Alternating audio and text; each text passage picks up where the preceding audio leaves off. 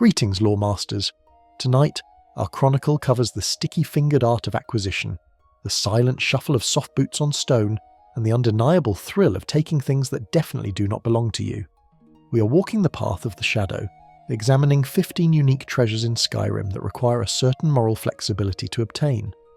We aren't just talking about looting chests in a dungeon, we are talking about grand larceny, picking pockets of the powerful, and swiping heirlooms right from under the noses of jarls and guildmasters. The province of Skyrim is cold, unforgiving, and teeming with people who want to mount your head on a wall. Let's be honest, you probably wouldn't survive a trip to Riften without losing your coin purse, let alone your dignity, if you didn't have a bit of the rogue in your blood. So, before you get comfortable, take a moment to like the video and subscribe, but only if you genuinely enjoy what I do here. And while you're settling in, why not drop a comment below telling me where you're listening from and what time it is in your corner of the world? It's always fascinating to see how far the guild's influence reaches. Now, dim the lights, maybe turn on a fan for that soft background hum, and let's ease into tonight's journey together. The air is damp. That is the first thing you notice before you even open your eyes. It's not the crisp, biting cold of the Pale, nor the sulphurous warmth of the Rift. It is the stagnant, rotting humidity of a swamp. You wake up with a headache that throbs in time with your heartbeat, the lingering after effects of a sleep spell that hit you like a warhammer. The wooden floorboards beneath you are slick with moisture and grime, and the smell of mildew fights a losing battle against the coppery tang of old blood. You're in the abandoned shack. You know the place. We all know the place. It sits alone in the Jarlmarch marshlands, a rotting blister on the landscape where the fog clings to the ground like a burial shroud. And perched atop a bookshelf, looking down at you with the casual arrogance of a cat that has just cornered a mouse, is Astrid. She wears the red and black leathers of the Dark Brotherhood, tight-fitting and worn from use, smelling of treated hide and nightshade. She speaks of debts owed, of a contract stolen, and she gestures to 3 bound figures kneeling against the wall, a mercenary, a housewife, and a Khajiit. She wants you to kill one. She wants you to make a choice. It is a initiation, a test of your killer instinct, but we aren't here for the initiation. Not really. We're here because Astrid is holding something that doesn't belong to her. Well, it does belong to her, but in the mind of a master thief, ownership is a very fluid concept. On her hip, or perhaps tucked into the folds of her gear depending on how the shadows cast their light, rests the Blade of Woe. This isn't just any dagger. This is the dagger. A jagged serrated shard of obsidian-coloured metal that looks less like it was forged and more like it was chipped off the frozen heart of the void itself. Now, usually the Dragonborn plays along. You kill a hostage, you go to the sanctuary, you do the chores, and eventually, after much drama and betrayal, you receive the Blade of Woe as a reward. Or, if you're feeling particularly righteous, you kill Astrid right there in the shack, looting the blade from her cooling corpse. But there is a third way, a way that appeals to those of us who prefer finesse over brute force. If your fingers are nimble enough, and I mean truly nimble, the kind of dexterity that requires the misdirection perk, a skill only the most dedicated pickpockets master, you can steal the Blade of Woe right off her person while she's still alive, still monologuing, still completely unaware that she's being robbed. Imagine the sheer audacity of it. She's lecturing you about death and silence, about the Night Mother and the Tenets, and you are quietly relieving her of the most sacred artifact in her order's history. It is a delightful bit of irony. The Blade of Woe itself is a horrific masterpiece. In the game, it's a powerhouse, absorbing health from its victims with every strike, drinking their vitality to fuel your own. It's a mechanic that makes you feel like a vampire without the need for fangs. But the lore behind it is far heavier than its in-game stats. The blade is said to be the very weapon the Night Mother used to murder her 5 children in the name of Sithis. Think about that for a moment. The metal you're sliding into your inventory is stained with the oldest, most primal blood sacrifice of the Brotherhood.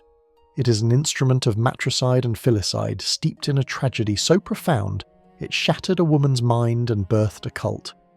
There is a rather interesting bit of obscure lore regarding the blade's appearance. If you travelled through Cyrodiil during the Oblivion Crisis, you might remember the Blade of Woe looking significantly different. Back then it was a fairly standard-looking dagger, perhaps a bit ornate, but nothing like the jagged brutalist slab of death we see in Skyrim. This has led to a fascinating fan theory that the community loves to debate in the late hours of the night.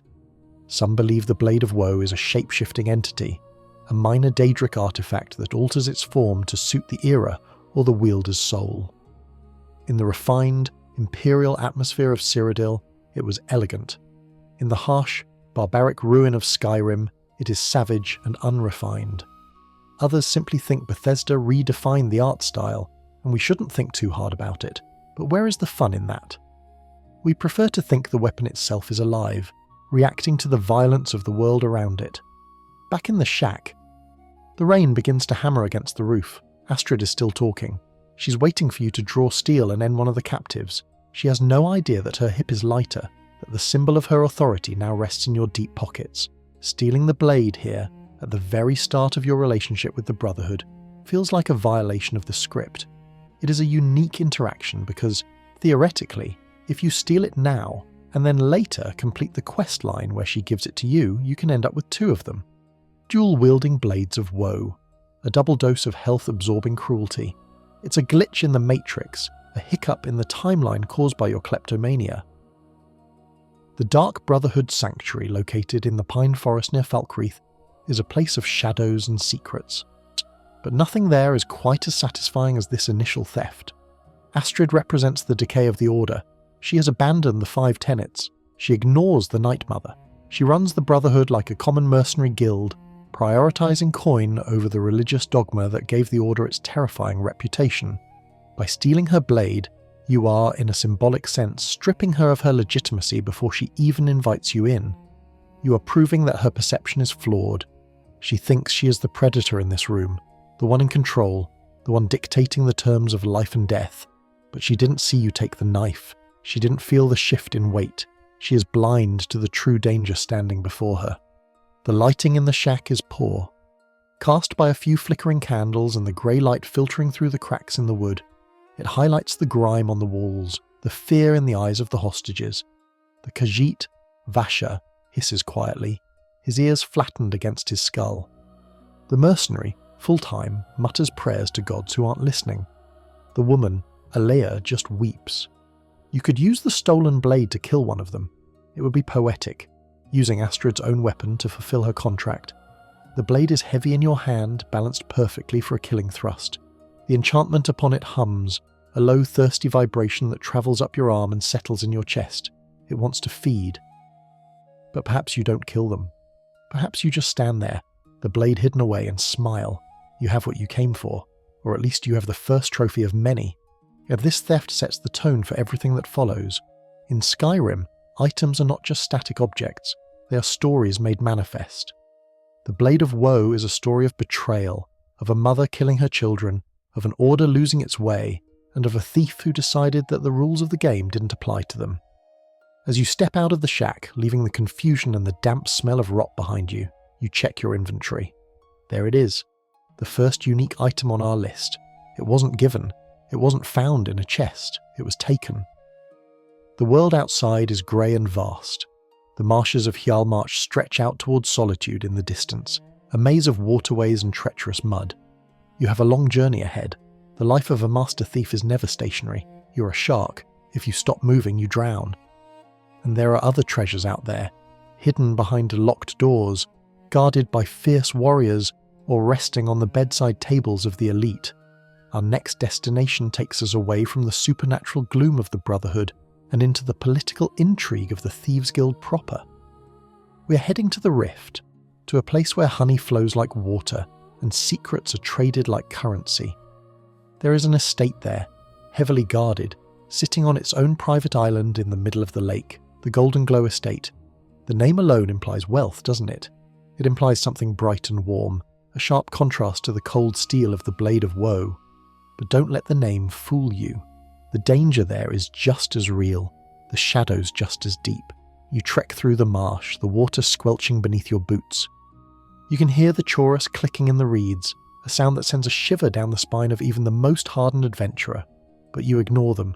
You are focused. Your mind is already on the next prize. It's small. It's golden. It's a symbol of a business empire that dared to cross the Blackbriars, and it is waiting for you to liberate it from its owner. The transition from the assassin's mindset to the thief's mindset is subtle. The assassin takes life, the thief takes livelihood. In a way, what we are about to do to Aringoth, the owner of Goldenglow, is crueler than a simple dagger in the dark. We are going to ruin him. We are going to strip him of his pride, his protection, and his most prized possession.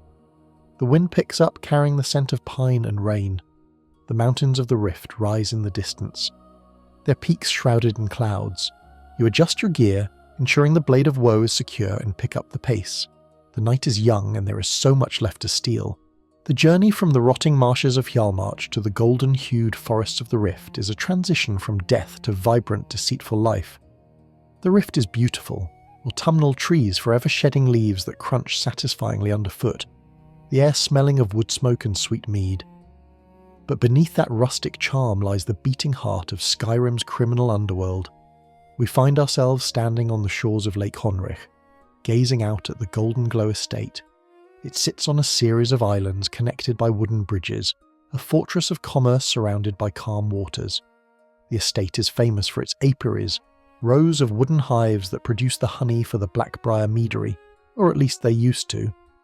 Aringoth, the owner of this honeyed paradise, has made a fatal error. He has stopped paying tribute to the Thieves Guild, and by extension, he has spat in the face of Maven Blackbriar. In Skyrim, you can fight dragons, you can insult Jarls, but you do not cross Maven Blackbriar.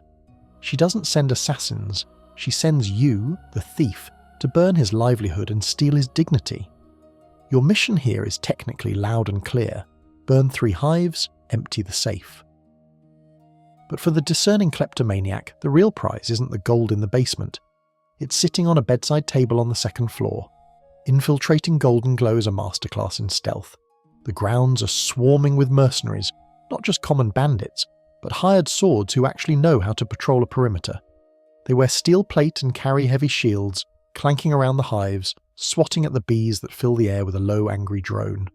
You slip into the water, the cold shock of the lake serving to sharpen your senses. Swimming toward the sewer entrance, because there is always a sewer entrance, you navigate the muck and emerge into the basement. The house itself is warm, lit by the flickering glow of hearths and expensive candles. It smells of beeswax and polish. As you creep through the hallways, avoiding the gaze of the guards, you make your way up to the 2nd floor. This is where Aringoth is hiding. The poor wood elf is terrified. He's barricaded himself in his room, crouching in the corner, clutching a dagger, waiting for the wrath of the guild to kick down his door. But we aren't kicking down doors tonight. We are picking locks. Silently, you manipulate the tumblers of his bedroom door. Click. You slide inside. Aringoth might spot you and attack, or he might just cower, paralysed by the realisation that his mercenaries failed him. You can deal with him however you see fit. Knock him out, kill him, or just sneak past him. But your eyes are drawn to the nightstand next to his bed. There it sits, the queen bee statue. It's a small golden sculpture of a bee perched delicately on a base. It fits in the palm of your hand, yet it feels heavy with significance. This isn't just a decoration, it's a unique larceny target, one of the few specific items Delvin Mallory at the Ragged Flagon will pay good coin for. The existence of the queen bee statue is a nice bit of environmental storytelling. It represents the hierarchy of the estate. The workers and the bees serve the queen. Aringoth thought he was the queen, sitting safe in his hive, protected by his soldiers. But by stealing this statue, you are removing the symbol of his power. You're telling him that he is just a worker, a drone, and he can be crushed just as easily. Now, here is a core fact that players often encounter. The Goldenglow estate mission is the first real test for the Thieves Guild storyline, explicitly designed to teach you that the guild is weak. Aringoth defied them because he no longer feared them. Recovering this statue is the first step in restoring the guild's reputation. When you bring it back to the flagon, it appears on the shelves behind the guildmaster's desk, a permanent trophy of your success. However, there is an obscure lore tidbit hidden in the biology of the bees themselves. In the Elder Scrolls universe, bees are sometimes associated with Kine, the goddess of the storm and the widow of Shor. Honey is often seen as a gift from the gods, a substance that preserves and sustains. Some alchemical texts in previous games hint that apiaries in Skyrim are built on minor ley lines to encourage production, though Aringoth seems to rely more on mercenaries than magic. The irony is that by burning his hives, the other part of your mission, You are committing a minor sacrilege against nature to serve the political machinations of a corrupt meadery. Fans have long debated the true motivation behind Aringoth's betrayal. The game tells us he was bought by a rival faction, specifically the Somerset Shadows, or perhaps direct Falmer interference via the Golden Estate deed found later. The debate centres on whether Aringoth was a willing traitor or a victim of extortion himself. He seems genuinely terrified of the new owner, more so than he is of the Thieves Guild. Was he caught between a rock and a hard place? Was the Queen Bee statue a gift from these new masters, or a relic of his own vanity? Most lean toward vanity. Aringoth loved his little empire. Taking the statue feels petty, and that is exactly why it is perfect. You aren't taking a weapon of war, you're taking a knick-knack. You're swiping his favourite paperweight. It's intimate. It proves you were in his bedroom standing over him while he slept, or cowered, and you took the one thing he looked at every morning. Once the statue is tucked away in your pack, you make your exit. You might stop by the window to look out at the apiaries. If you followed instructions, 3 of them are ablaze, casting a smoky orange glow over the lake. The fire reflects in the water. A burning warning to anyone else who thinks they can stiff the Blackbriars. The mercenaries are shouting, running toward the fire with buckets. They are distracted. This is your cue. You slip out the back, diving off the balcony into the lake below. The water muffles the sounds of chaos. You swim away, the weight of the gold bee pressing against your side. Leaving Golden Glow, you feel the momentum building. You have a weapon of an assassin and a trophy of a master thief, but the night is far from over, and the thirst for unique loot is unquenchable. Speaking of thirst, our next destination lies just down the road, near the great city of Whiterun. We're trading the honey of the Rift for the mead of the Central Tundra. The rivalry between Blackbriar mead and Honingbrew mead is the stuff of legend in Skyrim. Maven Blackbriar produces a swill that tastes like ambition and poison, while Sabjorn, the owner of Honingbrew meadery, produces a drink that the common folk actually enjoy. Naturally, this cannot stand. Maven wants Sabjorn ruined, and she wants you to do it. But we aren't going there just to poison a vat of mead.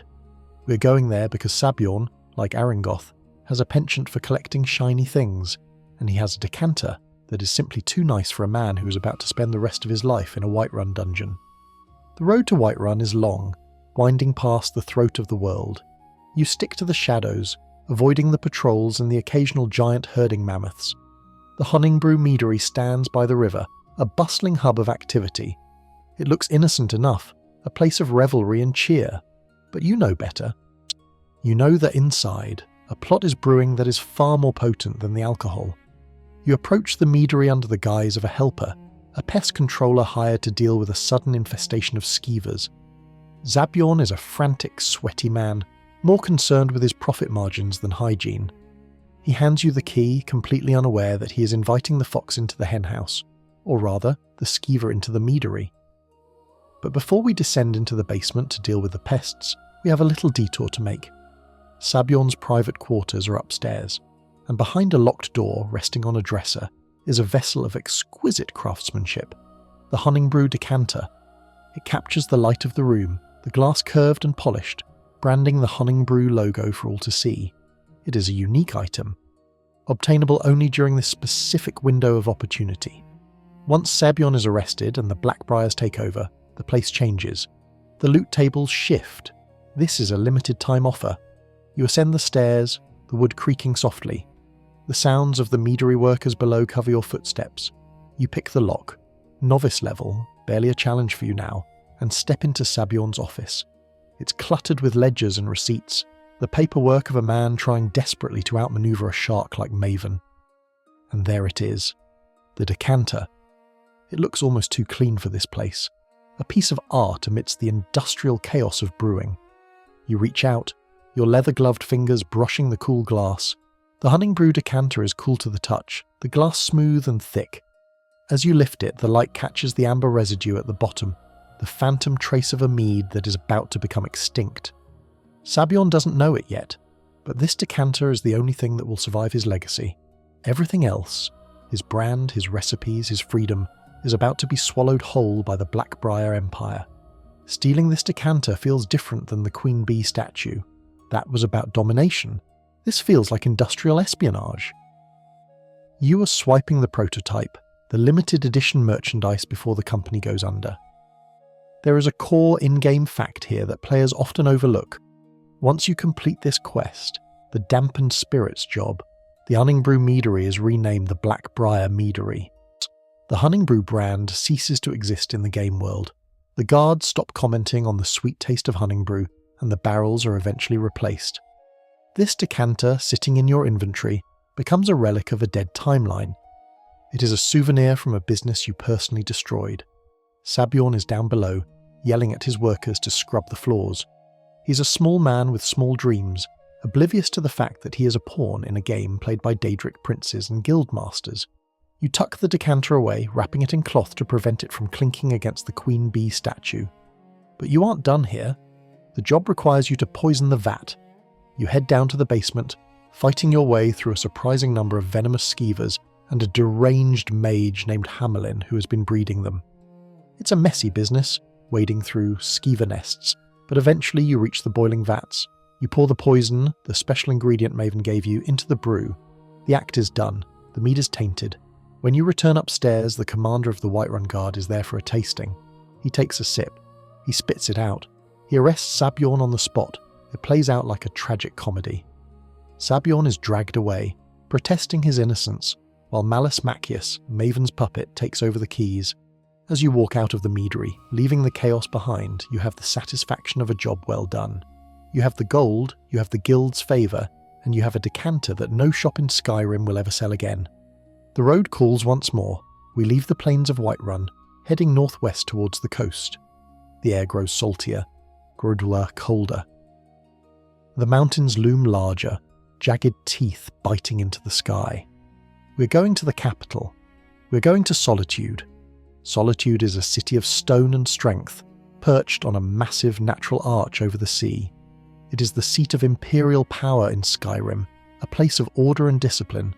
But where there is trade, there is theft, and the East Empire Company, the massive trading conglomerate that spans the continent, has its main warehouse here.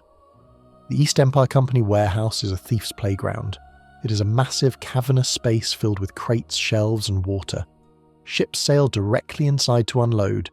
It is a labyrinth of shadows and high walkways, patrolled by guards who take their job very seriously. We are here for a specific job: Scoundrel's Folly. The guild wants us to tail an Argonian named Gulam I, a fence who has been skimming off the top. But while we are creeping through the rafters, looking down on the unaware guards, we are also looking for a specific item: the East Empire shipping map. This isn't a map you can buy at a general store. This is a military-grade logistical document. It details the shipping lanes, the safe harbours, the trade routes of the most powerful mercantile force in Tamriel. It is strategically invaluable, and it is sitting on a table in the dockmaster's office, a small shack built inside the warehouse itself. Navigating the warehouse is a vertically minded puzzle. You're constantly looking for purchase on shelves, leaping across gaps, trying to stay above the line of sight. The guards below are talking about their shifts, about the war, completely unaware that a shadow is moving above their heads. There is a fascinating, obscure lore tidbit about the East Empire Company. They were originally founded by the Emperor himself to monopolise trade of raw materials like ebony and glass from Morrowind. In Skyrim, their influence is waning due to the civil war and pirate attacks, but they still represent the economic might of Cyrodiil. By stealing this map, you aren't just hurting a business, you are blinding the Empire's supply chain. You drop down silently onto the roof of the dockmaster's shack. A quick glance through the window reveals the map spread out on the table, pins marking locations of interest. It looks official, it looks important. You slip inside. The office is empty for the moment. You roll up the map. It's large, made of heavy vellum, smelling of sea salt and ink. This item is unique because, like the other larceny targets, it ends up on the shelf in the ragged flagon. But its implications are huge. Fans have debated whether the Thieves Guild actually uses this map to coordinate their smuggling operations across the province. It would explain how they managed to move stolen goods so effectively despite the war. With this map, they know where the Imperial patrols are, where the merchant ships will be, and which routes are left unguarded. You pocket the map. Gulamai is still ahead, moving toward the Brinewater Grotto. You have to follow him, but the weight of the map in your pack is a comforting reminder that you have already won a significant victory. You have stolen the eyes of the East Empire Company. The warehouse opens up into a sea cave, the transition seamless. The water laps against the stone. You are leaving the structured world of man and entering the wild, untamed dark, but you carry the secrets of the surface world with you. Stealing this map highlights the difference between a bandit and a thief. A bandit stops a carriage on the road and takes what he can carry. A thief steals the map that tells him where every carriage will be for the next month. It is the difference between tactics and strategy. As you follow the Argonian deeper into the grotto, dodging bandits and avoiding traps, you reflect on your collection.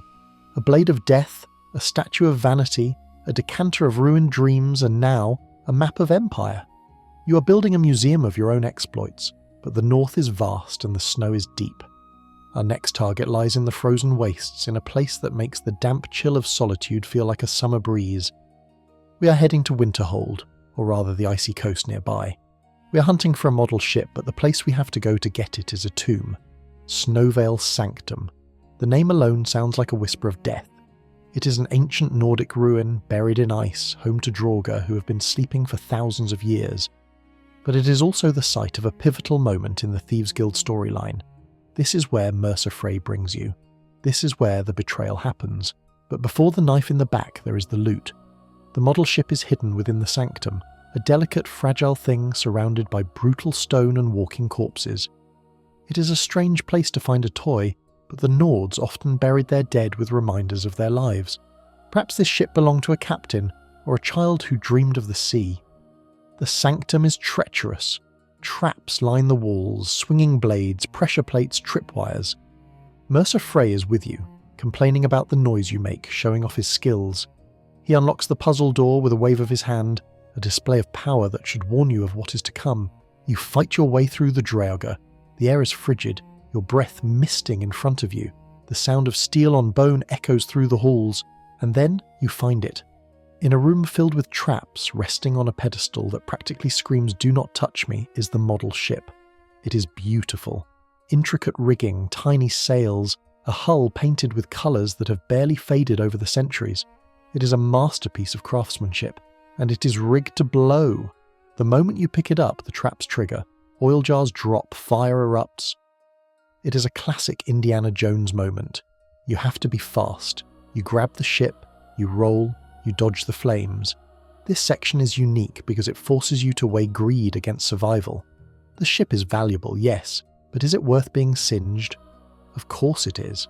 The model ship is a curiosity. Why is it here? The lore doesn't explicitly state whose tomb this is, but fan theories suggest it might be the resting place of an ancient Nordic sea king, or perhaps a nod to the Atmarans who crossed the Sea of Ghosts. The ship resembles the longboats of old, a connection to the ancestors of the Nords. Mercer Frey watches you retrieve it, probably sneering. He doesn't care about the trinkets. He cares about the eyes of the Falmer, but you, the true thief, appreciate the artistry. You tuck the ship away, careful not to snap its tiny masts. You survive the fire, you have the prize, but the sanctum has one final surprise. As you move deeper toward the final chamber, the air grows heavy with destiny. You're walking into a trap, not of mechanical blades, but of plot. Mercer Frey is leading you to your doom, yet even as the poisoned arrow strikes you, even as the world fades to black and Mercer stands over you revealing his true colours, you can take a strange comfort in one thing. You still have the ship. He might take the skeleton key, he might leave you for dead, but he didn't check your pockets for the model boat. You won that little victory, and when you wake up, saved by Carlia, battered and bruised, you will still have it. A reminder of the sanctum, a reminder of the betrayal, and a reminder that even when you lose, a good thief always keeps the loot. The road from Whiterun to Solitude is a long, winding ribbon of cobblestone and dirt that cuts through the heart of the province. Leaving the disgraced Honingbrew meadery behind, the scent of bad mead and victory fading from our clothes, we turn our eyes northwest. The landscape shifts dramatically as we travel. The golden tundra gives way to the rocky crags of the Reach, and finally, to the pine-studded coastline of Harfingar. Solitude looms in the distance, a testament to imperial engineering and sheer audacity. The city sits atop a massive natural stone arch that spans the mouth of the Karth River, looking down on the world with a mix of majesty and condescension. It is the capital, the Wolf's Head of Skyrim, and the centre of the Empire's waning influence in the north. But we aren't heading to the Blue Palace to rub elbows with Jarl Elisif.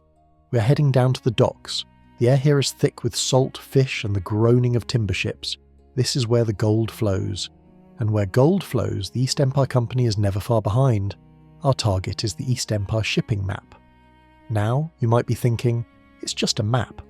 But in the world of logistics and trade, knowledge is far more dangerous than a sword. This map doesn't just show land masses, it outlines the secret shipping lanes, the protected routes, and the intricate web of commerce that keeps the Empire solvent. Stealing it is an act of economic warfare. The mission, Scoundrel's Folly, sends us here to tail an Argonian fence named Gulamai, a slippery character who has been playing both sides against the middle. But before we chase him into the damp shadows of Brinewater Grotto, we have a warehouse to rob. The East Empire Company warehouse is a marvel of level design. It isn't just a building, it is an indoor harbour. As you pick the lock on the massive double doors and slip inside, the scale of the place hits you. The ceiling is lost in shadow, crisscrossed with wooden walkways and hanging cranes. Below, the water of the inlet flows freely, allowing full-sized galleons to dock indoors, protected from the weather and prying eyes. The atmosphere here is tense. The guards are not the lazy city watch you find eating sweet rolls in the market. These are East Empire wardens, heavily armoured and heavily paid to ask no questions and leave no witnesses. They patrol in pairs, their torches casting long dancing shadows against the crates of ebony glass and spices. We need to move vertically. The floor is death. The rafters are life. You scramble up the shelving units, your boots finding purchase on crates marked with the dragon seal of the Empire. From up here, the warehouse looks like a model village. You can hear the guards chatting below, their voices echoing off the stone walls.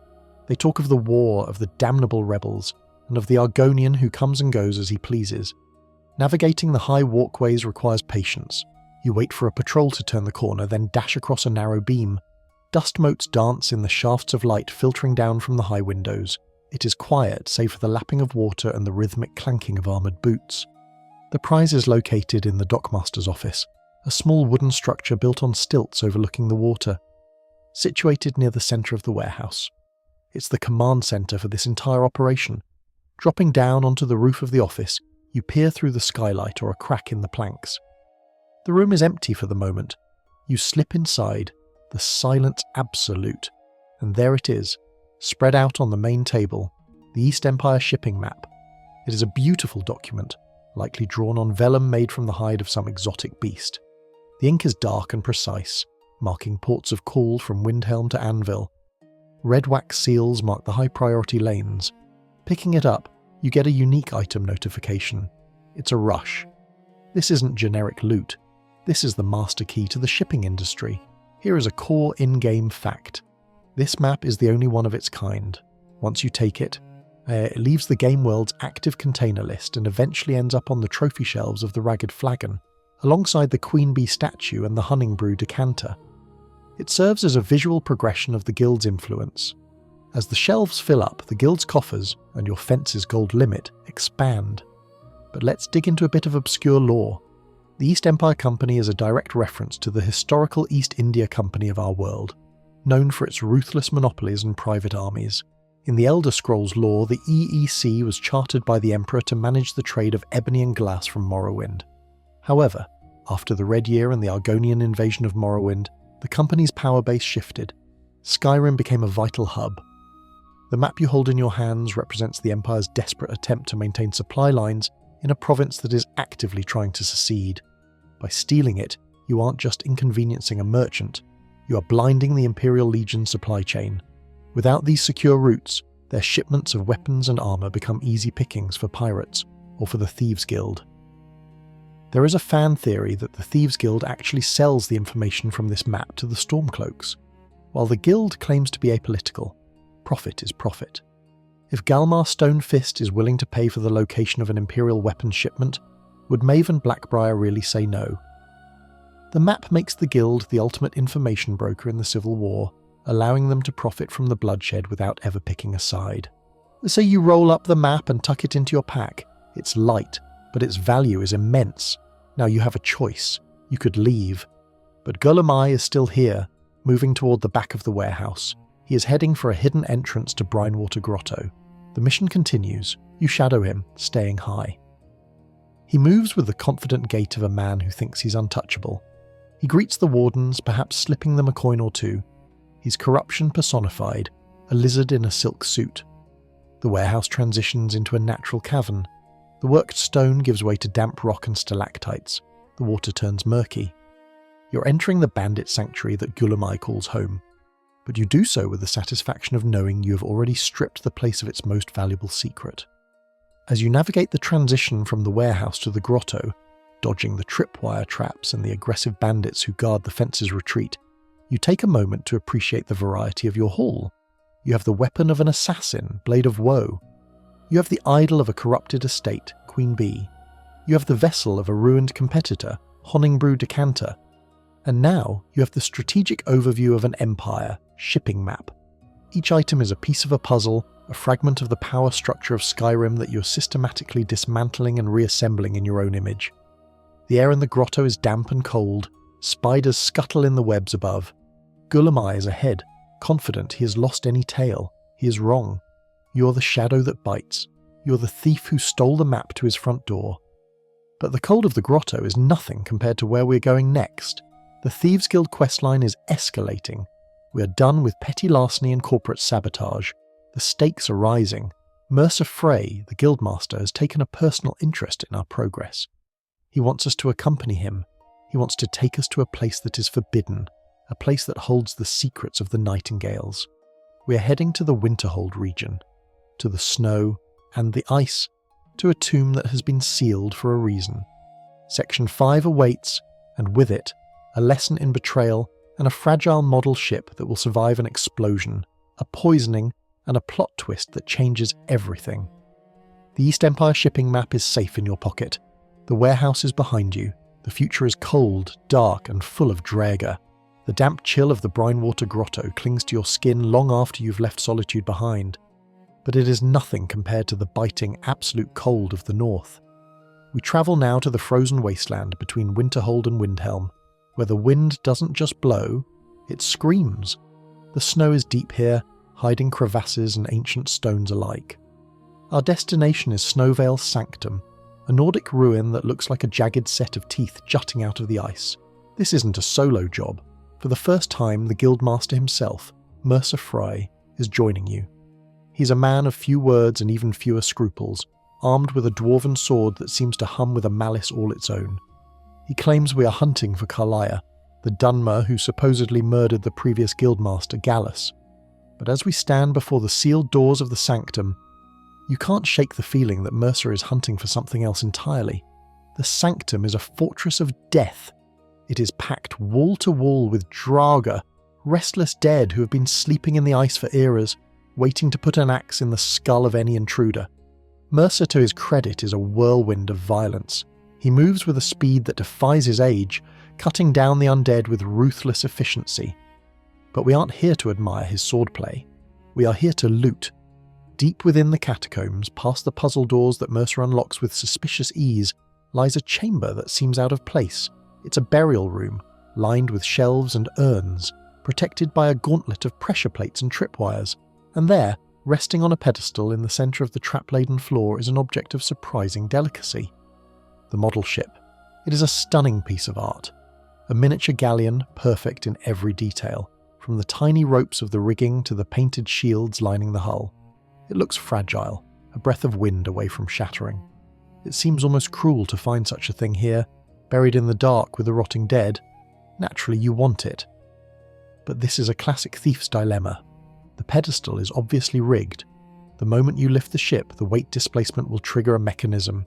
You can see the oil pots hanging from the ceiling, the scorch marks on the floor from previous adventurers who weren't quite fast enough. You take a breath, you steady your hand, you swap the ship for a bag of sand. No, that's a different story. Here, you just grab and run. As your fingers close around the model ship, the trap snaps shut. The ceiling groans and jars of flammable oil crash down around you. Fire erupts, a sudden searing heat that sucks the oxygen from the room. You dive, rolling through the flames, clutching the tiny ship to your chest like a precious child. You emerge singed, coughing, but triumphant. You have the ship. This item is unique not just for its appearance, but for its context. It is the only larceny target found inside a dungeon, rather than a home or business. It suggests that the person buried here was a lover of the sea, perhaps a captain or an admiral of the old Atmaran fleets. The Nords have a deep connection to the ocean. They came from across the Sea of Ghosts, after all. Burying a model ship with the dead is a way to ensure they have a vessel for their journey to Sovngarde. Fan theories run wild about the specific nature of the trap. Some believe Mercer Frey knew about it and let you walk into it as a test or hoping you'd burn. Throughout the dungeon, Mercer complains about your noise, your pace, your very existence. Watching you trigger a fire trap might have been his idea of entertainment. There is also a debate about the ship itself. Is it a model of a specific legendary vessel? Some lore enthusiasts point to the similarity between this model and the ships used by the East Empire Company, suggesting a connection to the map we stole in Solitude. Others think it looks more like the Red Wave, the pirate ship docked in Solitude. Regardless of its origin, the model ship is now yours. You tuck it away safely, perhaps wrapping it in a piece of linen to protect its delicate masts. We press on, the sanctum grows colder, the shadows longer. We reach the final chamber, the inner sanctum where the truth awaits. Mercer tells you to go ahead, to check the door. It's a setup. You know it's a setup, but the script demands you play along. As you step forward, pain explodes in your chest. An arrow. Blackness creeps into the edges of your vision. You fall, paralysed, unable to move, unable to scream. Mercer stands over you. Karliah steps from the shadows, but not to kill you. The dialogue unfolds. The revelation of Mercer's betrayal, the truth about Gallus, the theft of the skeleton key. Mercer prepares to finish you off, his sword raised for the killing blow. But you fade out before the steel connects. When you wake up, you are outside. Karliah has saved you. You are battered, bruised, and officially betrayed. The Guildmaster is the villain. The outcast is the hero. The world has turned upside down. But check your inventory. Go on, look. It's still there. The model ship. Despite the arrow in your gut, despite being left for dead in a frozen tomb, despite the sheer chaos of the last hour, the thief in you prevailed. Mercer didn't take it. Karliah didn't take it. You carried that tiny wooden boat through a near-death experience. There is something profoundly funny and satisfying about that. You lost the skeleton key, for now. You lost your trust in the guild leadership, but you kept the loot. In the grand calculus of Skyrim, that counts as a win. This marks a turning point in our journey. We are no longer just collecting trophies for the fun of it. Now, we are gathering resources for a war. We are going to take back the guild. We are going to expose Mercer Frey. And we are going to steal everything that isn't nailed down along the way. Our next destination takes us to the city of stone and blood, Markarth. We need answers, and the only person who can translate the Falmer journal Karliah gave us is the court wizard, Calcelmo. Calcelmo is a brilliant scholar, the foremost expert on the Dwemer in all of Tamriel. He's also a pompous, paranoid recluse who locks himself in his excavation site and refuses to see visitors. We need to break into his museum, we need to navigate a fortress of Dwemer automatons and hired guards, and we need to steal his life's work. But while we are there, searching for the translation guide, we are going to find something else.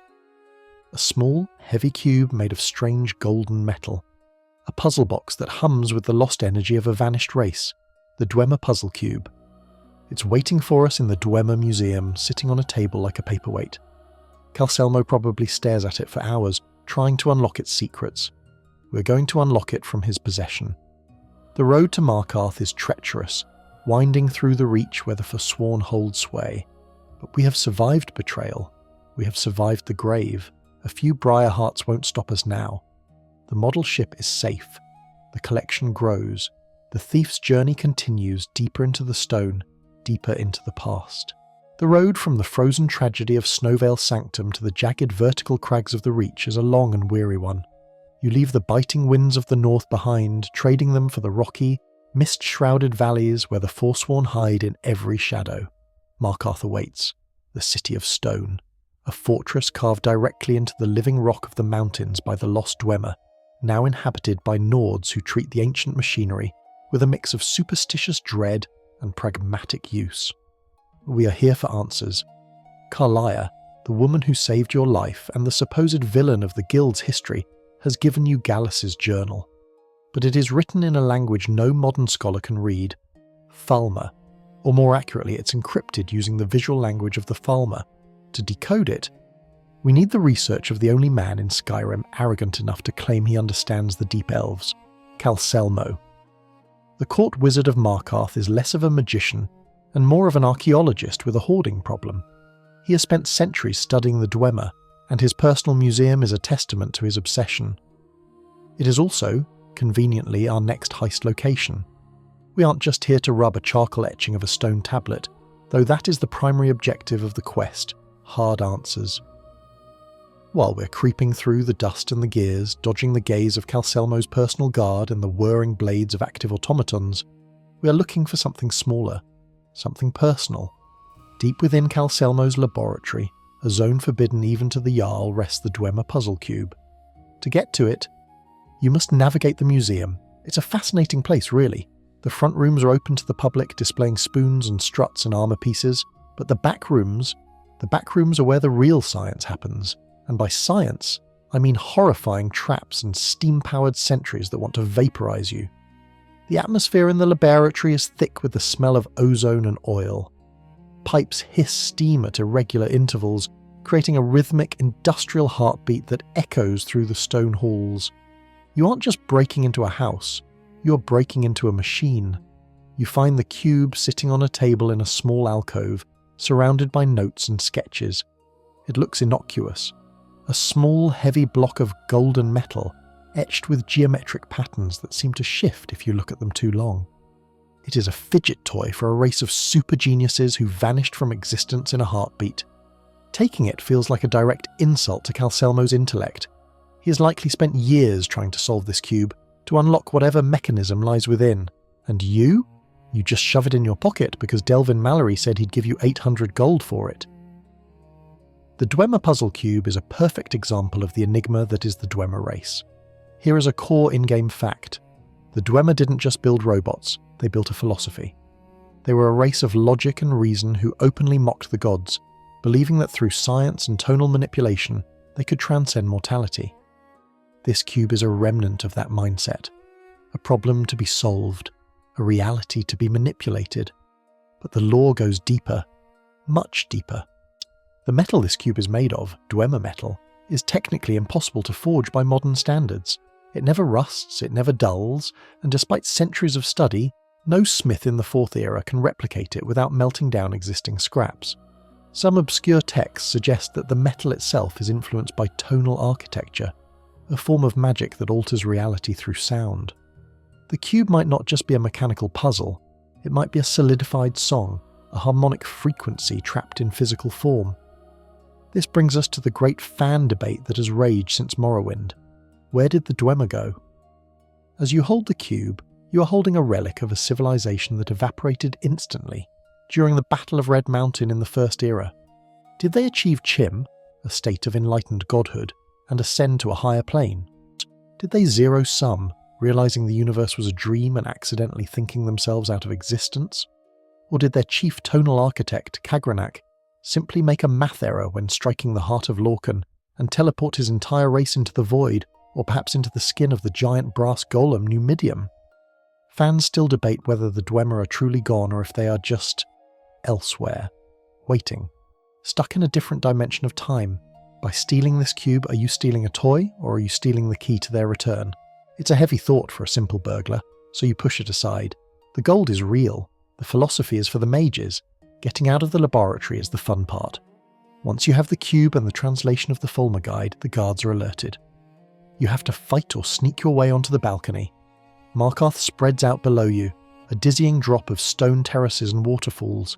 There is a specific thrill to standing on that balcony.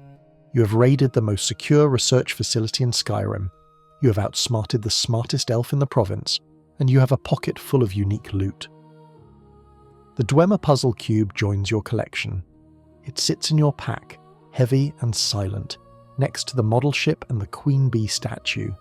It is a contrast of forms: wood, gold, glass, and now alien metal.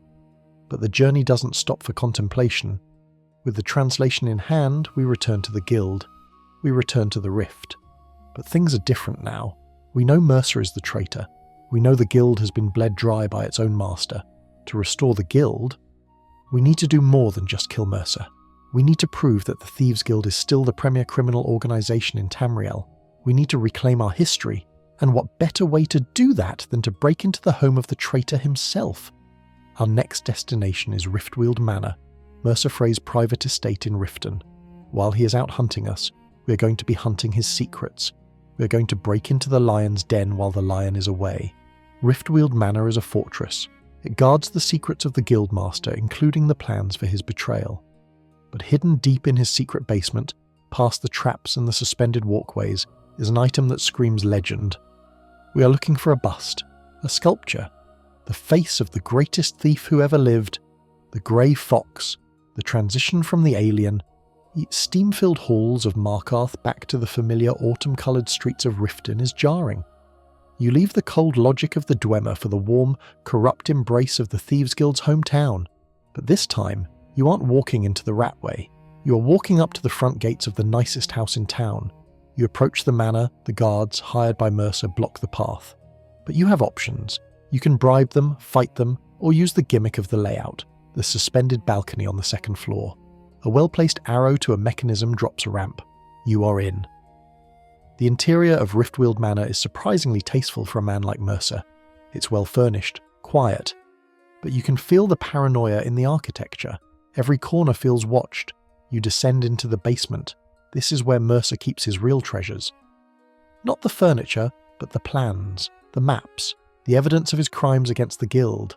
And there, on a desk, seemingly watching you with stone eyes, is the bust of the Grey Fox. It is a simple grey stone bust, depicting a man wearing the iconic cowl of the Grey Fox, the legendary guild master of the Cyrodiil Thieves Guild from centuries past. Finding this here is a shock. The Grey Fox is a myth to most, a bedtime story told to young pickpockets. Be quiet, or the Grey Fox will steal your nose. But to the guild, he is a saint. He is the one who stole an Elder Scroll. He is the one who rewrote history. Why does Mercer have this? Is it a trophy? A sign of respect? Or does he keep it to mock the legends of the past, believing himself to be superior? Mercer is a man who despises tradition. He killed Gallus. He desecrated the Twilight Sepulchre. He stole the Skeleton Key. To him, the Grey Fox is probably just another dead thief who didn't know how to play the game. Stealing this bust is an act of reclaiming the soul of the guild. You are taking the symbol of the ultimate thief away from the ultimate traitor. When you pick it up, you notice the weight. It's solid. It feels permanent. Unlike the fragile model ship or the glass decanter, this is made to last. It belongs in the ragged flagon, watching over the new generation of thieves not rotting in Mercer's basement. There is a lovely callback here for players who experienced the Oblivion Crisis. The Grey Fox was the central figure of the Thieves Guild questline in the Third Era. He wore the cowl of Nocturnal, which erased his identity from history. Anyone who looked at him saw the fox, but forgot the man beneath the moment he looked away. The bust depicts the cowl perfectly. It is a nod to the fact that the Thieves Guild has always dealt with Daedric artifacts and curses, a legacy Mercer is trying to exploit rather than respect. Fans often speculate, is this the actual cowl turned to stone? Unlikely, but is it a sculpture made by the Grey Fox himself? Or perhaps by a grateful beggar he saved? The mystery adds to the allure. You shove the heavy stone bust into your pack. It clanks against the Dwemer cube. Your back is getting heavy, but your spirit is light. You have the evidence. You have the loot. Leaving Riftweald Manor, you step out into the Riften night. The air smells of the lake and the dying leaves. You have raided the home of your enemy. You have taken his pride, but the war isn't over. The evidence you found in the manor points to something bigger. Mercer is going after the eyes of the Falmer, giant gems of immense value. He is heading back to the Dwemer ruins. He is heading to Erkenthand, and so are we. We are going to beat him to the punch. Or at least we are going to be there when he tries to take them. The next leg of our journey is a race against time, against Mercer, and against the rising water. We are going to steal an eye from a statue while the world collapses around us. The left eye of the Falmer. It sounds gruesome, doesn't it? But don't worry, it's a gemstone, not a biological organ. Mostly. Pack your water-breathing potions, adventurers. We are going for a swim. We are standing in the heart of the enemy's lair. Riftweald Manor isn't just a house. It's a physical manifestation of Mercer Frey's paranoia. We rush to the entrance in our eagerness, but now, surrounded by the silence of his private sanctuary, we need to take a moment to truly appreciate what we have found. The secret basement, hidden behind a suspicious false-backed wardrobe that screams "Villain's Hideout," is a treasure trove of incriminating evidence. On the desk lie the plans that prove Mercer has been stealing from the guild for years, but looking down at us from atop a shelf, with a stoic, stone gaze, is the bust of the Grey Fox. Let's pull this item out of the pack and really look at it. It is a simple grey stone sculpture, rough-hewn yet strangely detailed. It depicts a man's head, but the face is obscured by a cowl, specifically the cowl of Nocturnal. The writing on the cowl, rendered in Daedric script, is visible even in the stone. "Shadow hide you." This isn't just a piece of decor, this is the holy grail of thief lore. For those who walk the streets of the Imperial City during the Oblivion Crisis, the Grey Fox is more than a myth. He was the head of the Thieves Guild in Cyrodiil, a figure of Robin Hood-esque romance and mystery. But the tragedy of the Grey Fox was the cowl itself. It was a Daedric artifact stolen from Nocturnal, carrying a terrible curse. Anyone who wore it was erased from history. Their name, their identity, their very existence was wiped from the minds of everyone they knew. To wear the cowl was to become the Grey Fox, and to be only the Grey Fox. Finding this bust here, in Mercer Frey's basement, is a masterclass in irony. Mercer is a man who cares only for himself. He has betrayed the guild, murdered his friends, and violated the Twilight Sepulchre, all for personal gain. He seeks to be remembered as a wealthy, powerful man. The Grey Fox was the opposite, a man who sacrificed his own identity to keep the guild alive, a man who existed only to serve the shadows. Why did Mercer keep this? It's a question that fans have debated for years. Was it a trophy? Did he steal it from a rival collector to prove he was the superior thief? Or, in his twisted mind, did he view the Grey Fox as a fool? Perhaps Mercer looked at this bust and sneered, thinking, "You gave up everything for a guild that would eventually forget you.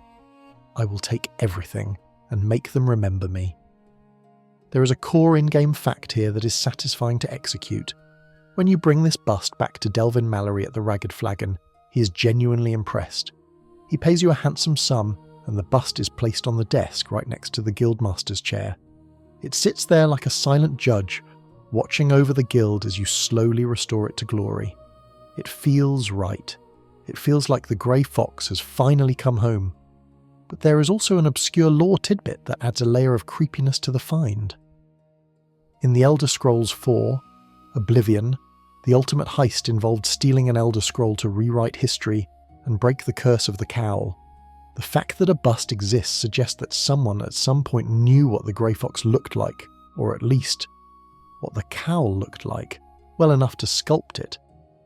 Since the cowl erased memories, a sculpture is a paradox, unless, of course, the sculpture itself is enchanted. Some players claim that the eyes of the bust seem to follow you in the Ragged Flagon, a subtle nod to the fact that the shadows are always watching.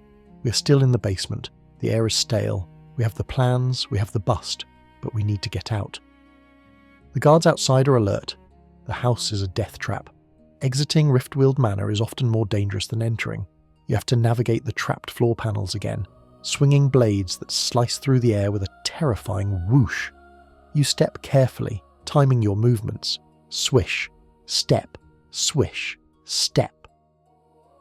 As you slip back out onto the balcony overlooking the misty canals of Riften, the weight of the stone bust in your pack is a grounding presence. You have struck a blow against Mercer, not with a sword but with symbolism. You have liberated the history he tried to hoard. Below you, the city sleeps. The guards patrol the wooden walkways, their torches reflecting in the dark water. You drop down, landing silently in the shadows. You are a ghost. You are the Grey Fox reborn, if only for a night. But the narrative is moving fast now. We know where Mercer is going. The plans on his desk pointed to a dwarven ruin, a place of immense geological instability and ancient machinery. Erkenthand. He is going after the eyes of the Falmer, the transition from the rustic crime drama of Riften to the high fantasy delving of Erkenthand is sharp. We are leaving the comfort of the city for the deep, dark places of the world. Erkenthand is a massive complex buried deep beneath the earth, infested with Falmer, the twisted, blind descendants of the Snow Elves. We have to catch Mercer. We have to stop him from taking the eyes, or more accurately, we have to let him do the heavy lifting and then take them for ourselves. The journey to the ruin is a trek through the pale passes of the north. The wind howls, the snow blinds, but you press on, driven by vengeance and greed. Inside the ruin, the scale is breathtaking. Massive gears turn slowly in the darkness, pipes hiss, and everywhere, the chittering of the Falmer, you fight your way through, arrow by arrow, shadow by shadow. You can see the evidence of Mercer's passing. Dead Falmer triggered traps. He is clearing the path for you. Finally, you reach the inner sanctum, the great chamber. It is a vast, cavernous space dominated by a colossal statue of a snow elf, arguably one of the only representations of their race before their corruption. And gleaming in the statue's eye sockets are two massive gems. The eyes of the Falmer. Mercer is there. He is climbing the statue, prying the eyes loose. He is monologuing, of course. He spots you. The final confrontation begins, but we aren't here to talk about the boss fight. We are here to talk about the loot, specifically the left eye of the Falmer. Why the left eye? Because in the chaos that follows, you are going to get your hands on it, and it is going to be one of the most valuable items you ever steal. But first, you have to survive the room. We are deep beneath the earth, in the grand sanctuary of Erkenthand. The air here is not stale like the rest of the ruin. It feels pressurized, heavy with the weight of the mountain above and the dark water below. Dominating the cavern is a statue of immense proportions, a snow elf, standing tall and proud, a relic of a race that was beautiful before it was broken. The statue is a haunting reminder of what was lost. Unlike the twisted, hunched Falmer we slaughtered to get here, this figure is noble, and staring out from its stone face are the eyes of the Falmer. Two massive gems glowing with an inner light that seems to pulse in time with the thrumming of the ancient Dwemer machinery. But we are not the only ones admiring the view. Mercer Frey is already there. The traitor guildmaster stands atop the statue, his silhouette tiny against the massive stone head.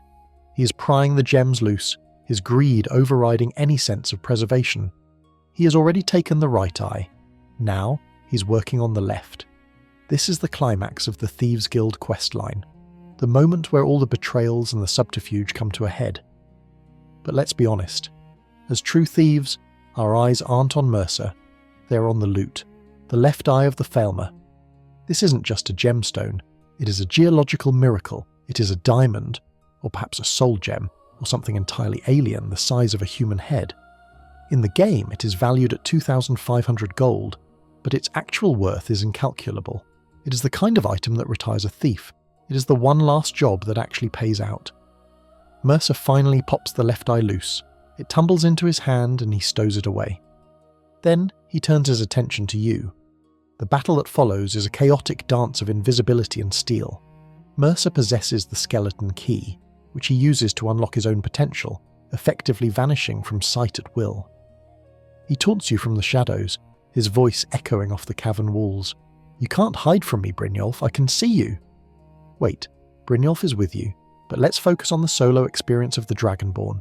You swing at the air, watching for the shimmer of his form. The water in the cavern begins to rise. Mercer, in his arrogance, has triggered the fail-safe mechanisms of the ruin. The Dwemer designed this place to flood if the eyes were tampered with. It is a self-destruct sequence powered by hydro-engineering. The water is cold, freezing cold. It laps at your ankles, then your knees. The platform is disappearing. You have minutes, maybe seconds before the entire chamber is submerged. You strike true. Mercer falls. His body splashes into the rising water, the blood swirling away instantly. Now comes the frantic part. The room is collapsing.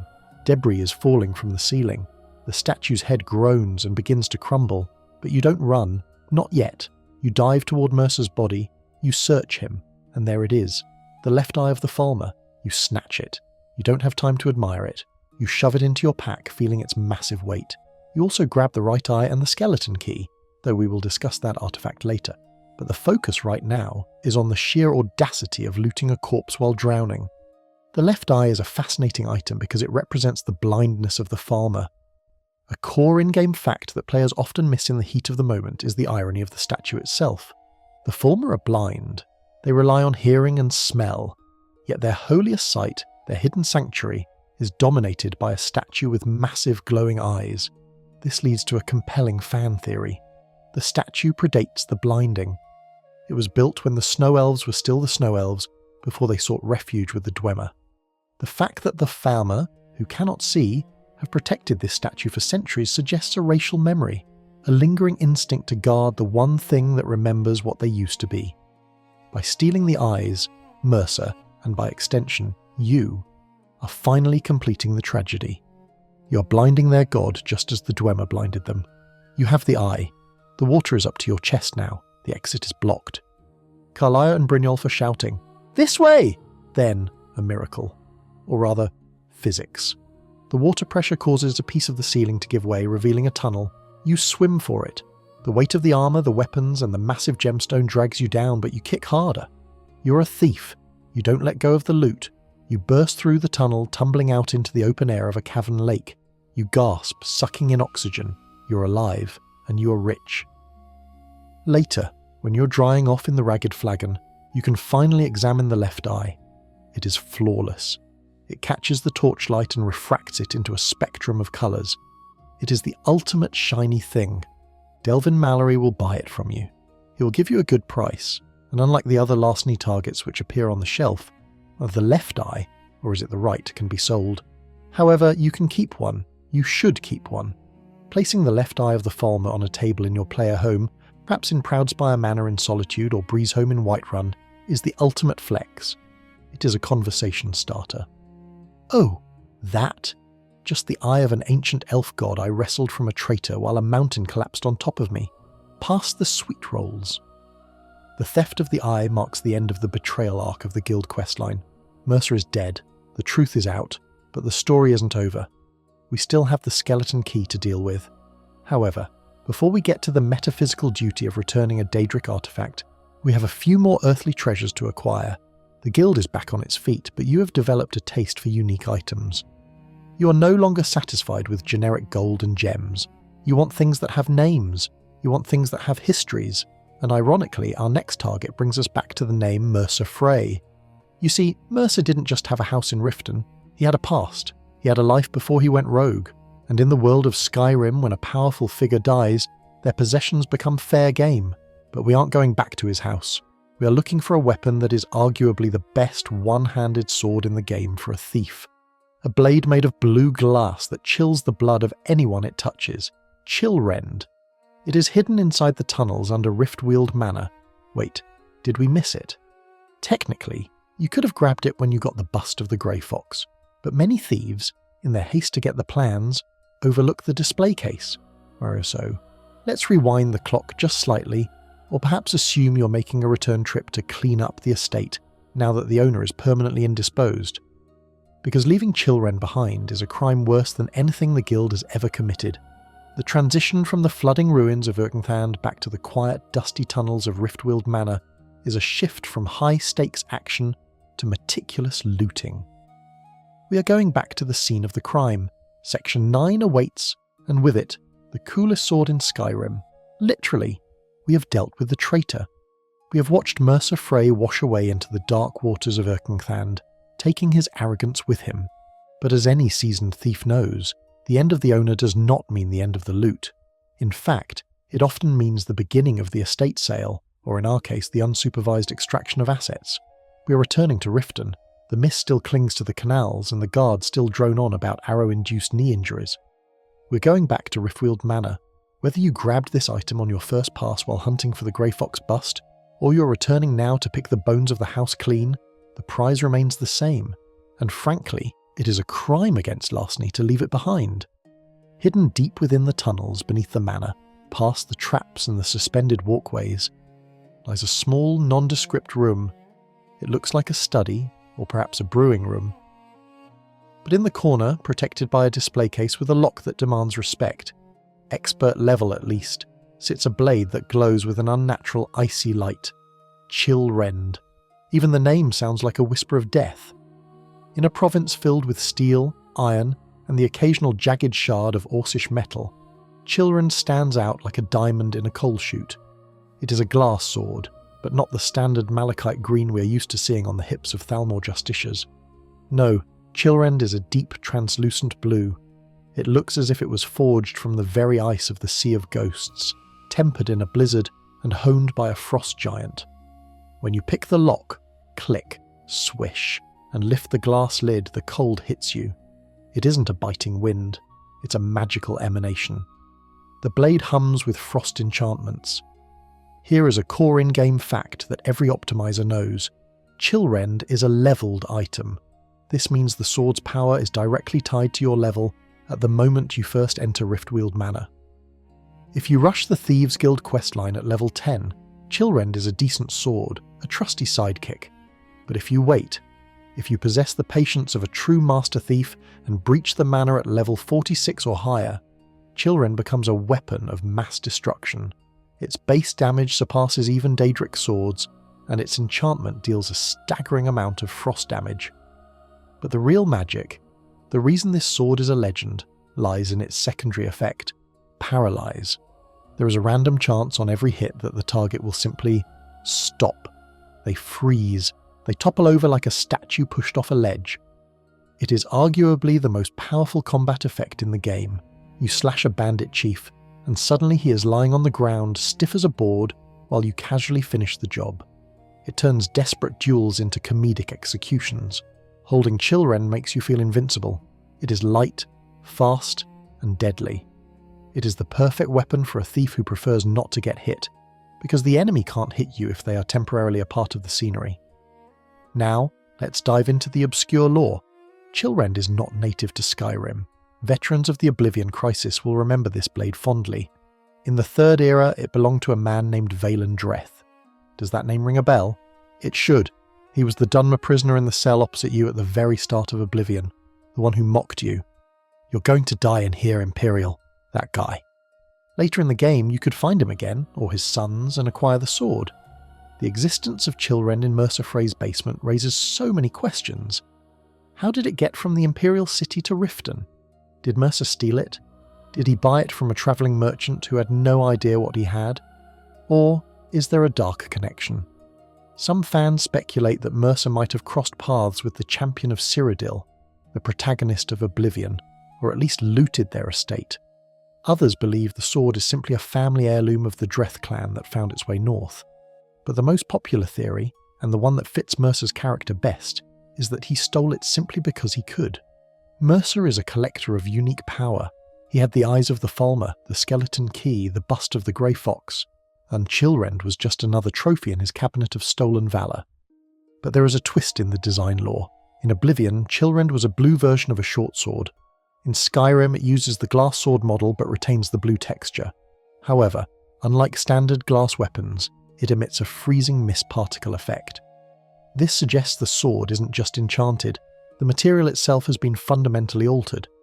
It is malachite that has been frozen, in a magical sense, its atomic structure locked in a state of perpetual cold. As you swing the blade in the dim light of the basement, listening to the satisfying shing sound it makes cutting through the air, you realise that this is more than a weapon. It is a companion. For a solo thief, a sword that stops enemies from moving is the best friend you can have. You sheath the blade.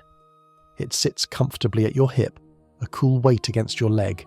You have looted the traitor's house. You have taken his plans, his idol, and now his sword. You have effectively erased Mercer Frey from history by claiming everything that made him powerful. Leaving Riftweald Manor for the final time, you step out into the city of Riften. The guards are none the wiser. The Thieves Guild is under new management, yours, and you are armed with the best blade in the north. But a thief's work is never done. We have weapons, we have maps, we have statues, but we are missing something divine. Our next target takes us back to the city of stone, Markarth. But we aren't going to the dusty museums of the Dwemer this time. We are going to the temple of Dibella, Dibella, the goddess of beauty and love. Her temples are places of worship, art, and, well, let's just say they are usually restricted areas. But we aren't going there to pray. We have heard a rumour about a golden statue. A beggar in Markarth, a man named Dagain, has a job for us. He claims the temple is hiding a statue of Dibella that is worth a fortune. He wants us to steal it. Now, stealing from a temple, that's a new low, even for us. Or perhaps it's a new high. It depends on your perspective. The Temple of Dibella is guarded by priestesses who protect their inner sanctum with fierce devotion. They don't take kindly to intruders, especially male ones. So, we're going to have to be very, very quiet. The journey to the temple is a short walk from the city gates, but the mental journey is significant. You are moving from political theft and revenge theft to sacrilege. But let's be honest, gold is gold. Whether it comes from a bandit's pocket or a goddess's altar. The statue of Dibella. It's not just a statue, it's a unique larceny target that fits perfectly on the shelf of the Ragged Flagon. But getting it requires navigating the inner sanctum, a place where you are definitely not invited. As you approach the heavy doors of the temple, you check your boots. Silence is key. You check your new sword, Chillrend, just in case. The air inside the temple is perfumed and warm.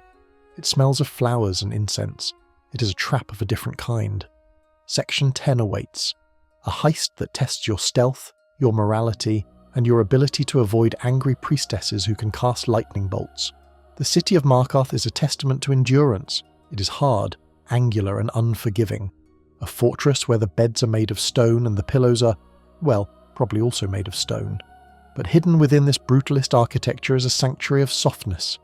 We are standing before the heavy bronze doors of the Temple of Dibella. We're here on a tip from a man named Dagain.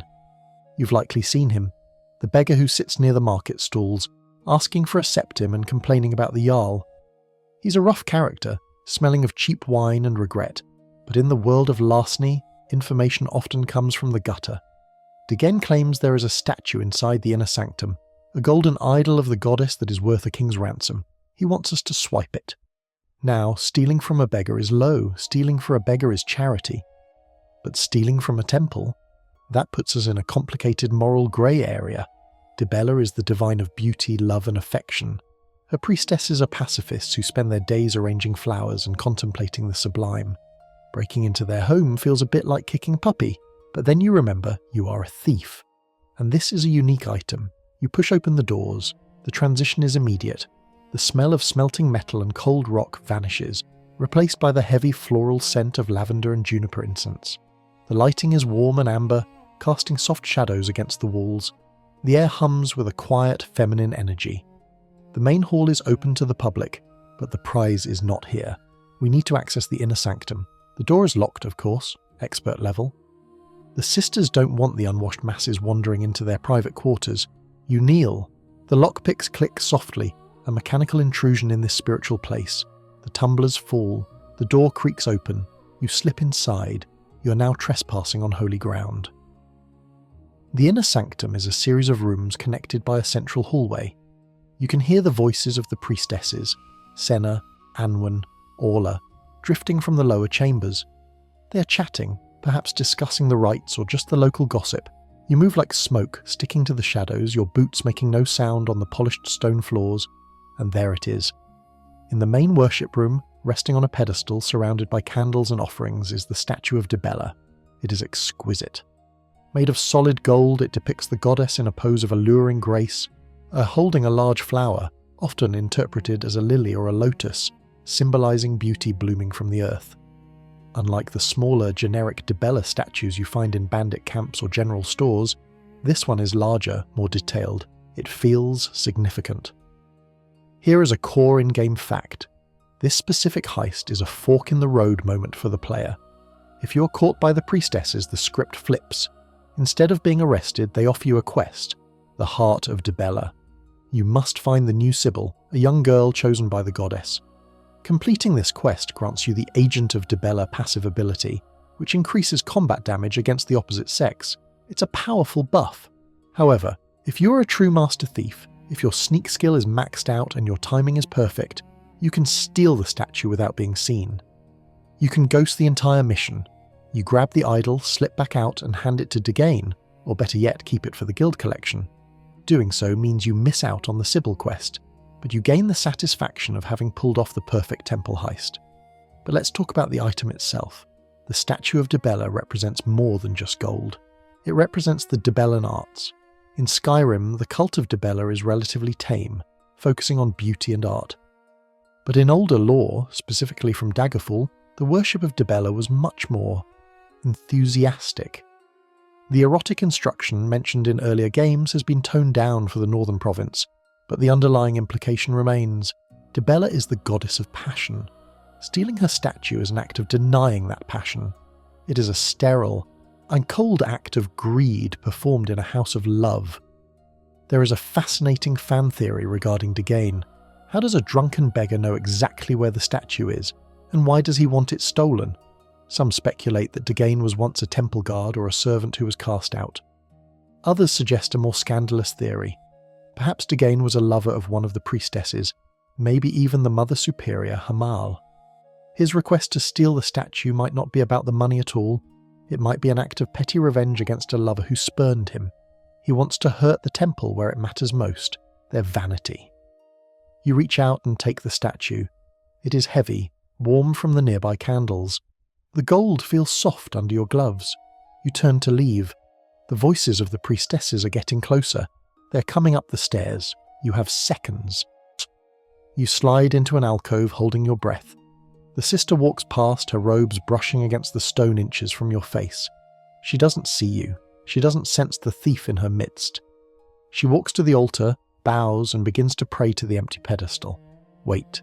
She's praying to an empty pedestal. This is the moment you leave. Before she realizes the goddess is gone, before the alarm is raised, you slip back through the door, locking it behind you, a professional courtesy. You're back in the main hall. You walk out into the cold Markarth air, the scent of flowers fading from your clothes. You have the idol. If you bring it to Delvin Mallory at the Ragged Flagon, it takes its place on the shelf. It sits there, a golden beacon in the gloom of the cistern, a reminder that the guild's reach extends even to the gods. But the heist leaves a strange aftertaste. You didn't steal from a corrupt merchant or a traitorous murderer. You stole from a group of women who just wanted to make the world a prettier place. It's a reminder that being a thief isn't always about being a hero. Sometimes it's just about being a jerk who likes shiny things. We leave Markarth behind. We have looted its museum and its temple. The city of stone has nothing left for us. Our journey takes us back to the Rift, back to the home of the guild. But we aren't going to the Ratway. We're going to the Brier Lodge. We have a job to do for a man named Louis Latruche. He wants a horse, but not just any horse. He wants Frost, the prize stallion of the Brier lineage. Now, stealing a horse is grand theft equine, but to steal the horse, we first need to steal his identity. We need the papers that prove he is who he is, Frost's lineage papers. This brings us into direct conflict with the matriarch of the Rift, Maven Brier. We have worked for her, we have feared her, and now we are going to rob her. The Brier Lodge is located in the mountains east of Riften. It is a hunting cabin, but since it belongs to Maven, cabin implies a luxury fortress. It is guarded by mercenaries who are paid enough to not care who you are. The mission is simple. Infiltrate the lodge, steal the papers, steal the horse. But the papers are the key. Without them, Frost is just a horse. With them, he is a walking bank account. As we travel back to the Rift, the weather changes. The harsh grey skies of the Reach give way to the golden eternal autumn of the Rift. The leaves fall gently around us. It feels like coming home. But you know the rule of the guild. Don't cross Maven. Louis Latruche is asking us to break that rule. He thinks he can outsmart her. He thinks we can outsmart her. We probably can't, but we can certainly steal her paperwork before she notices. The item itself, the lineage papers, is a unique document. It details the bloodline of the horse, tracing it back to the great steeds of Cyrodiil. It is a piece of bureaucracy that holds immense value. So, let's go get it. Let's break into the lioness's den and steal her favourite pet's birth certificate.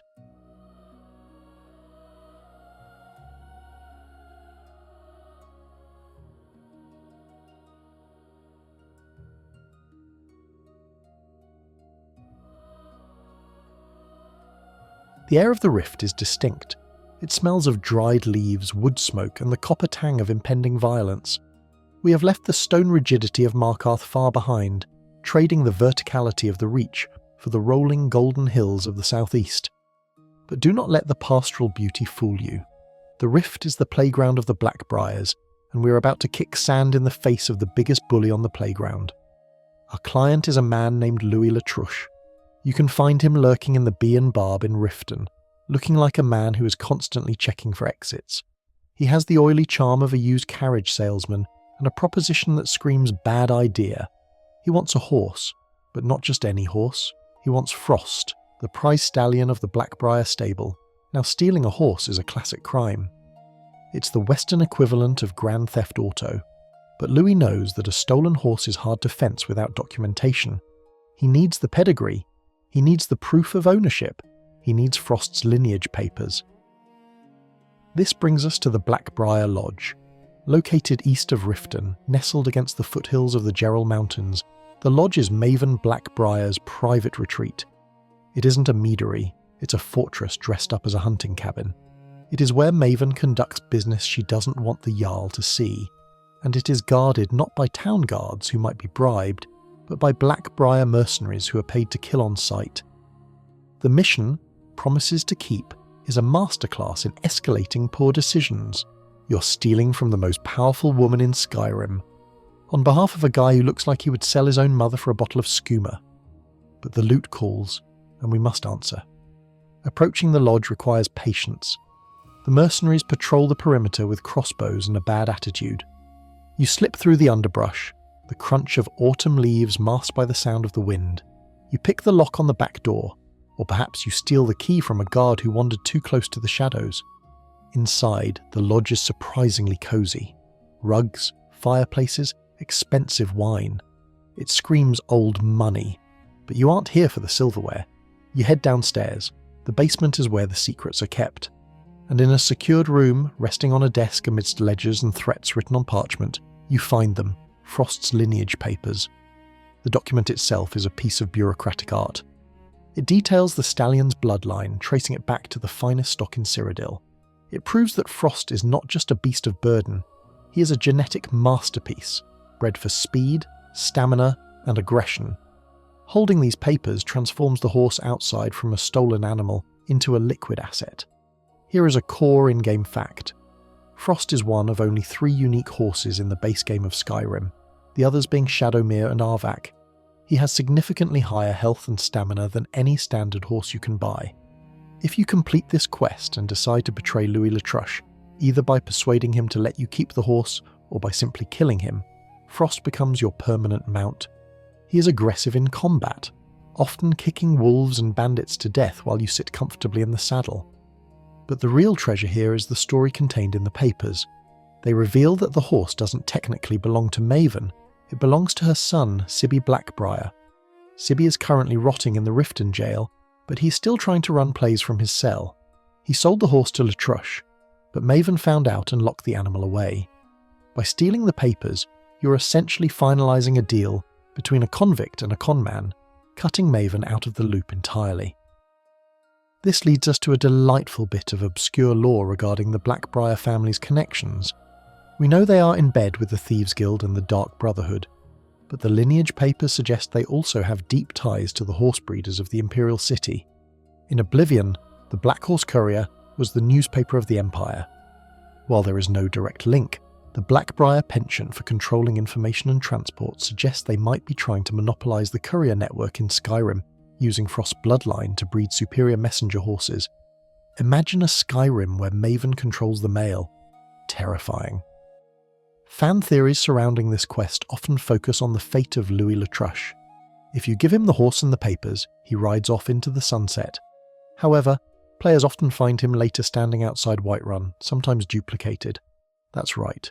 2 or 3 Louis Latruches standing in the road staring blankly. While this is technically a glitch, the community has embraced it as a curse. The theory goes that by crossing Maven Blackbriar, Louis was fractured by a curse from the Black Sacrament. Or perhaps Sheogorath. The Daedric Prince of Madness found the situation funny and decided to multiply the Weasley little man. But let's get back to the heist. You have the papers. Now you need the horse. You slip back outside, papers tucked safely in your tunic. Frost is in the stable, guarded by a mercenary. You deal with the guard, a distraction, a sleep spell, or a quick chokehold. You approach the stallion. He is magnificent, white as snow, breathing steam into the cold air. He looks at you with intelligent eyes. He knows you have the papers. He knows you are the new boss. You mount up. The feeling of stealing a horse from the Brier Lodge is pure adrenaline. You kick his flanks and Frost explodes into motion. You thunder out of the gate, leaving the mercenaries shouting in your wake. Riding Frost with the lineage papers in your inventory feels like you have pulled off the ultimate heist. You have stolen a living, breathing creature and the legal proof of its value. You meet Latruche in the woods. He is ecstatic. He hands over the gold. But here is where the true thief makes a choice. Do you give him the horse, or do you keep Frost for yourself? Latruche is a scumbag. Maven is a tyrant. The horse deserves a rider who appreciates the fine art of larceny. If you have the speech skill, you can convince Latruche to let you keep the horse and the papers. I'll take the horse off your hands. It's too much heat for you. He agrees, terrified of Maven. You ride away on your new unique mount, the papers in your pocket serving as a receipt for your cleverness. As you trot through the autumn woods, the adrenaline fading into a steady rhythm of hooves on dirt, you reflect on the nature of theft. We have stolen cold steel, golden idols, and now a living beast. We are expanding our repertoire. We are becoming masters of every domain, but the Rift has one more dark secret to offer. We have dealt with the civilized corruption of the Briers. Now we must turn our eyes to the uncivilized, primal magic that festers in the hills of the Reach. Wait, didn't we leave the Reach? We did, but the influence of the Forsworn stretches far, and to understand the true depth of theft, we must steal something that is keeping a man alive. Our next target is not an object, it is an organ. We are looking for a Brier heart. Not the alchemical ingredient you pluck from a dead body, no. We are talking about the act of pickpocketing the heart right out of a living Forsworn Brier heart warrior. It is a move that requires the ultimate mastery of the pickpocket skill. It is the perfect touch. It is the moment where you reach into a man's chest cavity, bypass the ribs, and remove the magical seed that forces his heart to beat, all without him noticing, until he drops dead. The transition is gruesome. We go from the majestic galloping of a white stallion to the visceral, bloody intimacy of open-heart surgery performed with sticky fingers. The Forsworn are encamped in the hills. They are waiting. They have traded their humanity for power, replacing their hearts with seeds of corruption. We are going to take that power back. Prepare your dexterity gear. Enchant your gauntlets. As this next heist requires a surgeon's precision and a killer's cold detachment, the transition from the aristocratic manoeuvring of the Brier Lodge to the primal, blood-soaked hills of the Reach is a shock to the system. We leave behind the scent of expensive parchment and horse sweat, trading it for the smell of burning sage, rotting meat, and old magic. We are entering the domain of the Forsworn, the madmen of the Reach, a people who have rejected the 9 divines in favour of something far older and far nastier. Our target this time isn't sitting in a chest. It isn't resting on a velvet pillow. It is beating, rhythmically, wetly, inside the open chest cavity of a living warrior. We are talking about the forsworn Brier heart. Now, you can find Brier hearts as alchemical ingredients all over Skyrim. Apothecaries sell them, you can loot them from corpses. But to simply pick one up off the ground is the act of a scavenger. We are master thieves. We don't scavenge. We take what is currently being used. To pull this off, you need to be at the absolute pinnacle of your craft. You need the pickpocket skill maximized to level 100. You need the perfect touch perk, the ability that allows you to remove equipped items. Without it, you're just a guy crouching behind a very angry zombie man. With it, you're a surgeon of shadows. You creep into the Forsworn camp, Druidak Redoubt perhaps, or Karthspire. The air is thick with the sound of chanting. Hag ravens, those feathered nightmares of feathers and hate, are usually nearby, overseeing their flock. The Forsworn warriors sharpen their axes, their bodies covered in furs and bone, and there he is, the Brier heart. He stands taller than the others. He's shirtless, not out of bravado but necessity. A gaping surgical wound dominates his torso, held open by rough stitching and magic. Inside, where a human heart should be, a large, thorny fruit pulses with a sickly green light. This is the source of his power. It is what keeps him alive, what fuels his unnatural strength and his ability to cast dual destruction magic that can melt your face off from 30 yards away. You approach him from behind, the stealth eye closes. You're hidden, you're a ghost, you reach out. The inventory menu opens. You see his axe, his furs, maybe a few gold coins, and there, Equipped in the apparel slot is the item, Brier Heart. It's a surreal moment in gaming. The game treats his vital organ as a piece of gear, like a pair of boots or a helmet. It implies that his life is just an accessory. You select it. You press take. There is no struggle. There is no fight. There is only the sound of a wet squelch, at least in your imagination, and then silence. The menu closes. The Brier Heart warrior doesn't turn around. He doesn't shout. He simply turns off. He collapses instantly, dead before he hits the ground. You have performed an instant, non-violent extraction of his life force. You have stolen his heartbeat. This interaction is a fan-favourite core in-game fact, because it is one of the few instant kill mechanics available to the player that doesn't involve damage calculation. It doesn't matter if the enemy has 10,000 health points. It doesn't matter if you're playing on legendary difficulty. If you take the heart, they die. It is binary. Heart, yes equals alive. Heart, no equals dead. It turns the most dangerous enemy in the Reach into a fragile puppet whose strings you can cut with a single button press. But let's look at the item itself. The Brier Heart in your inventory looks like an artichoke made of wood and malice. It is used in alchemy to create potions of Fortify Magicka or Restore Magicka, which makes sense. It is a battery of pure magical energy. The obscure lore behind these hearts is terrifying. The ritual to create a Brier Heart warrior involves a hagraven physically cutting out the human heart of a willing, or perhaps unwilling, forsworn and replacing it with the seed. This transforms the person into a vessel of nature's vengeance. They become something between a man and a plant, a nature lich of sorts. They lose their humanity, their fear, and seemingly their ability to feel pain. However, there is a fascinating nuance often missed. In the Dragonborn DLC, you can meet Neloth, the Telvanni wizard. If you ask him about the Brier Hearts, he expresses a clinical fascination with the necropsy of these creatures. He confirms that the heart actually takes root, sending tendrils into the nervous system to control the body. This means when you pickpocket the heart, you aren't just grabbing a stone, you're ripping out a root system.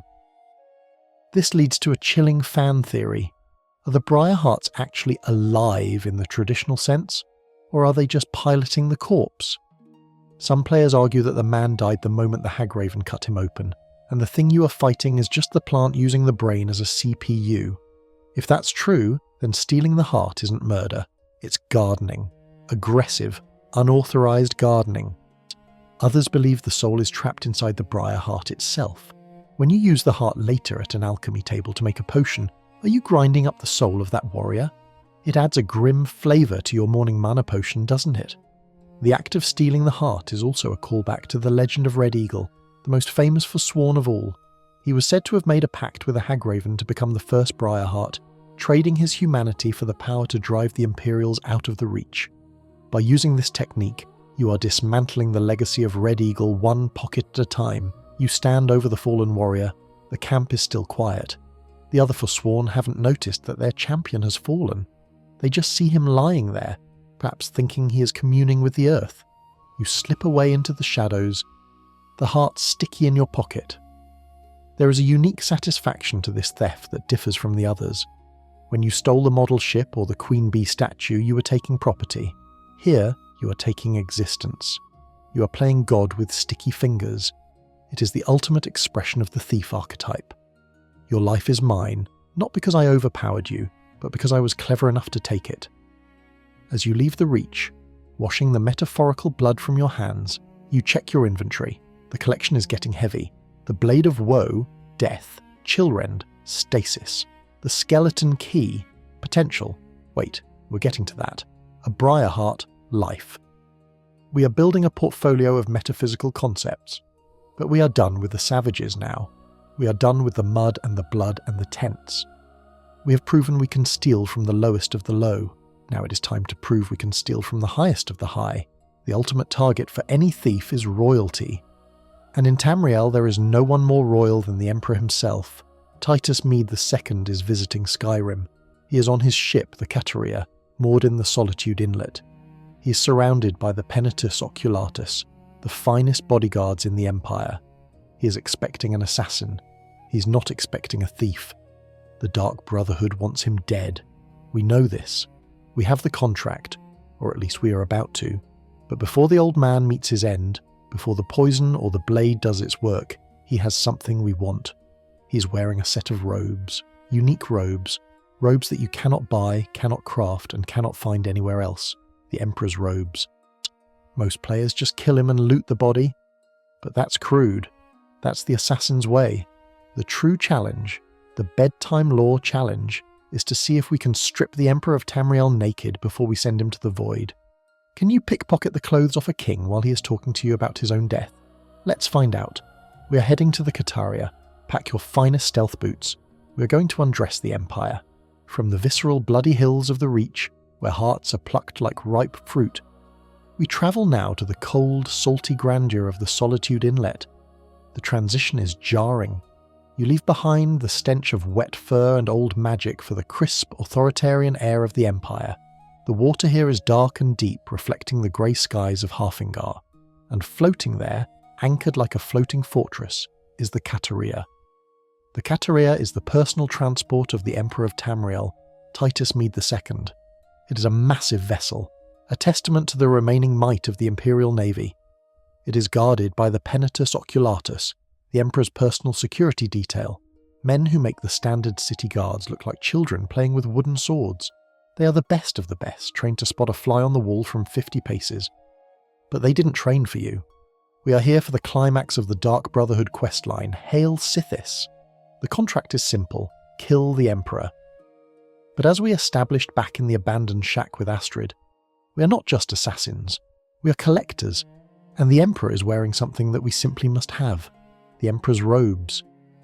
These are not the generic fine clothes you find in a wardrobe in the Blue Palace. These are unique gilded vestments stitched with the finest silk in Cyrodiil, dyed a deep imperial red and adorned with gold thread that catches the candlelight just so. They are the physical manifestation of the Ruby Throne's authority, and we're going to steal them off his back while he is still wearing them. Infiltrating the Kataria is a masterclass in patience. You swim out to the anchor chain, the icy water numbing your fingers. You climb up, slipping past the guards on the deck. The ship is a labyrinth of narrow corridors and locked doors. You move like a shadow, avoiding the gaze of the Penitus Oculatus agents, who patrol with rigorous discipline. Finally, you reach the Emperor's quarters. The door is locked, master level. Of course it is. You pick it, the tumblers falling with a satisfying click. You step inside. Titus Mede II stands by the window, looking out at the dreary Skyrim coast. He doesn't turn around immediately. He knows you are there. He has been expecting you. When he does turn, he doesn't scream. He doesn't call for guards. He simply looks at you with the tired eyes of a man who has carried the weight of a crumbling empire for too long.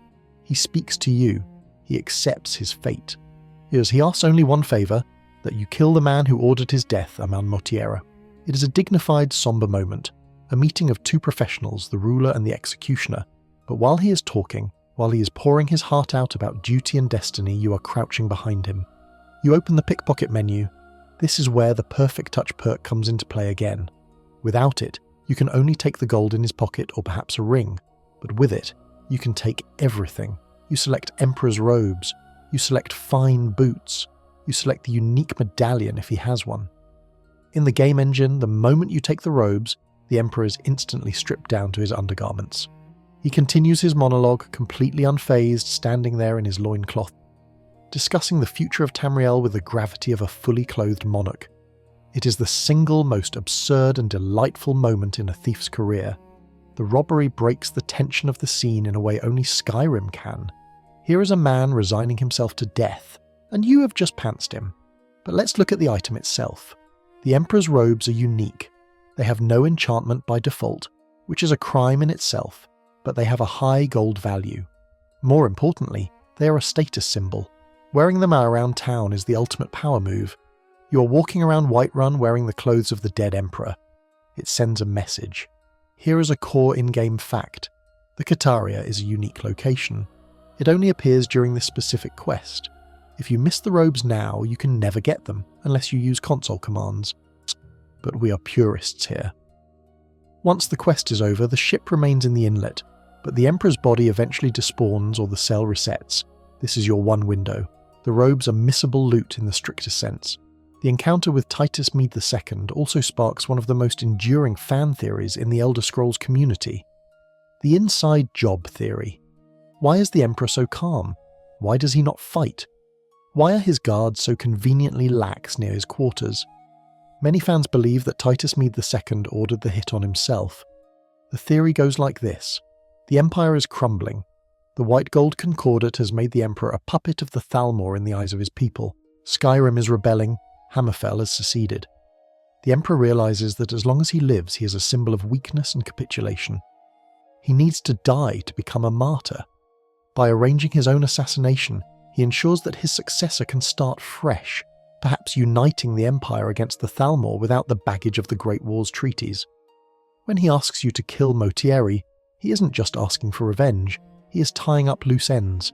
He used Motieri to hire you, and now he wants the broker silenced to protect the secret.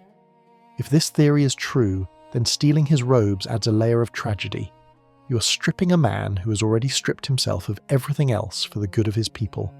Or perhaps he's just old and tired. Regardless, you now have the robes. They are heavy in your inventory, smelling of expensive cologne and the faint metallic scent of fear, though Titus showed none. The conversation ends. The Emperor turns his back to you, is looking out the window one last time. He is ready. You have a contract to fulfill. You can use the Blade of Woe, poetic justice, or perhaps Chillrend, a cold end. You strike. The Emperor falls. Now, looking at the body, you realise the stark difference between this kill and the Brier heart. The Brier heart was a monster, a thing of nature and magic. The Emperor was just a man in his underwear, thanks to you. You slip out of the quarters. The alarm might be raised, or perhaps the silence holds. You make your way to the deck. You jump over the railing, diving into the dark water below. Swimming back to the shore, the weight of the robes drags you down, but you are buoyant with success. You have killed a king. You have stolen his clothes. You have completed the ultimate contract. The Dark Brotherhood questline is effectively over. You are the listener. You are the master assassin. But the thief in you is not satisfied. We have one more unique item to acquire before we can call our collection complete, and this one is personal. It ties back to the very beginning of our journey to the Dark Brotherhood, but it requires a level of culinary cruelty that even the Night Mother might find excessive. We are going to cook. Our next target is a root, a plant, but not just any plant. We are looking for the Jarrin Root. You were given this root by Astrid, or rather by the chef Gianna if you followed the script, to poison the decoy Emperor earlier in the questline. But if you were clever, if you were a true hoarder, you didn't use it. You saved it. Or you used a different poison. The Jarrin Root is the rarest plant in the game. There is only one sample in the entire world of Skyrim. It is given to you for a specific purpose, to kill the Emperor, but we just killed the Emperor with a sword after stealing his clothes. So, what do we do with the root? We keep it. The Jarrin Root is unique because it is the single most potent alchemical ingredient in existence. It is the nuclear option of poisons, and we're going to talk about why you should never ever use it for its intended purpose, but rather keep it as the crown jewel of your alchemy satchel. We are leaving the Kataria behind. The ship will remain there, a ghostly memorial to a naked emperor. We are heading back to our sanctuary, to our alchemy lab. It is time to discuss the art of the poisoner and the one ingredient that is too good to use. The salty air of the Solitude Inlet is behind us. The Emperor, the real one, lies dead in his quarters, stripped of his dignity and his robes.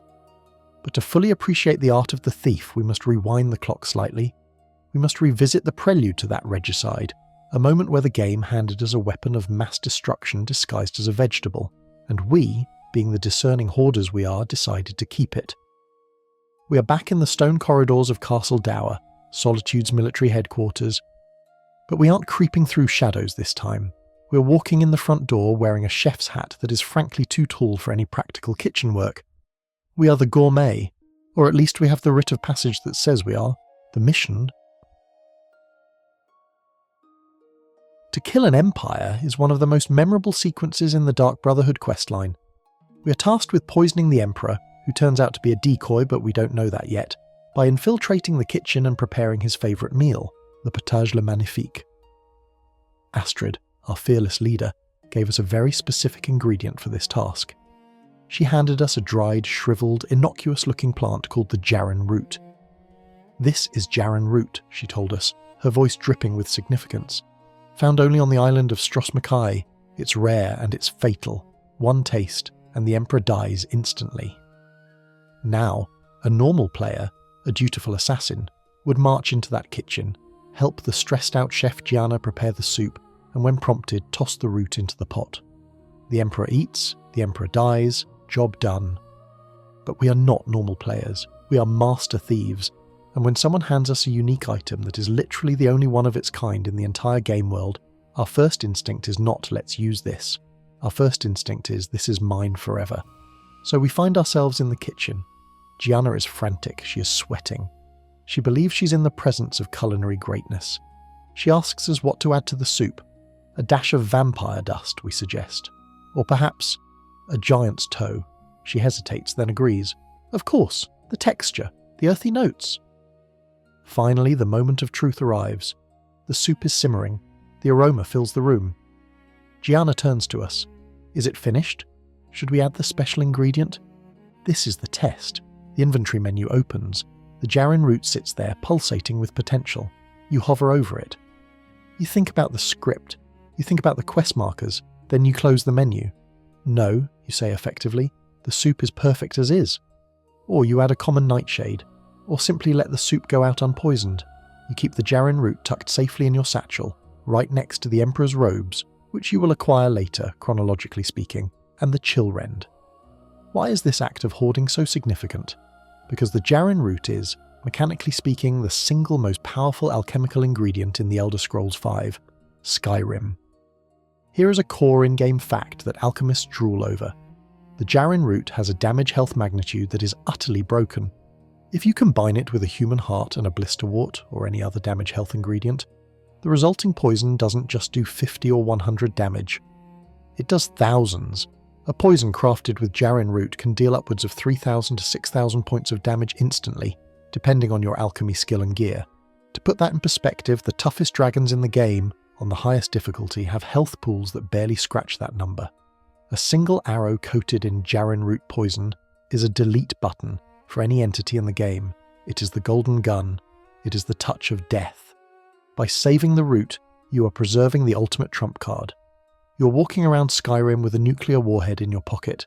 You might never use it. In fact, too awesome to use syndrome guarantees you will probably save it for a boss that never comes. But knowing you have it is the ultimate power trip.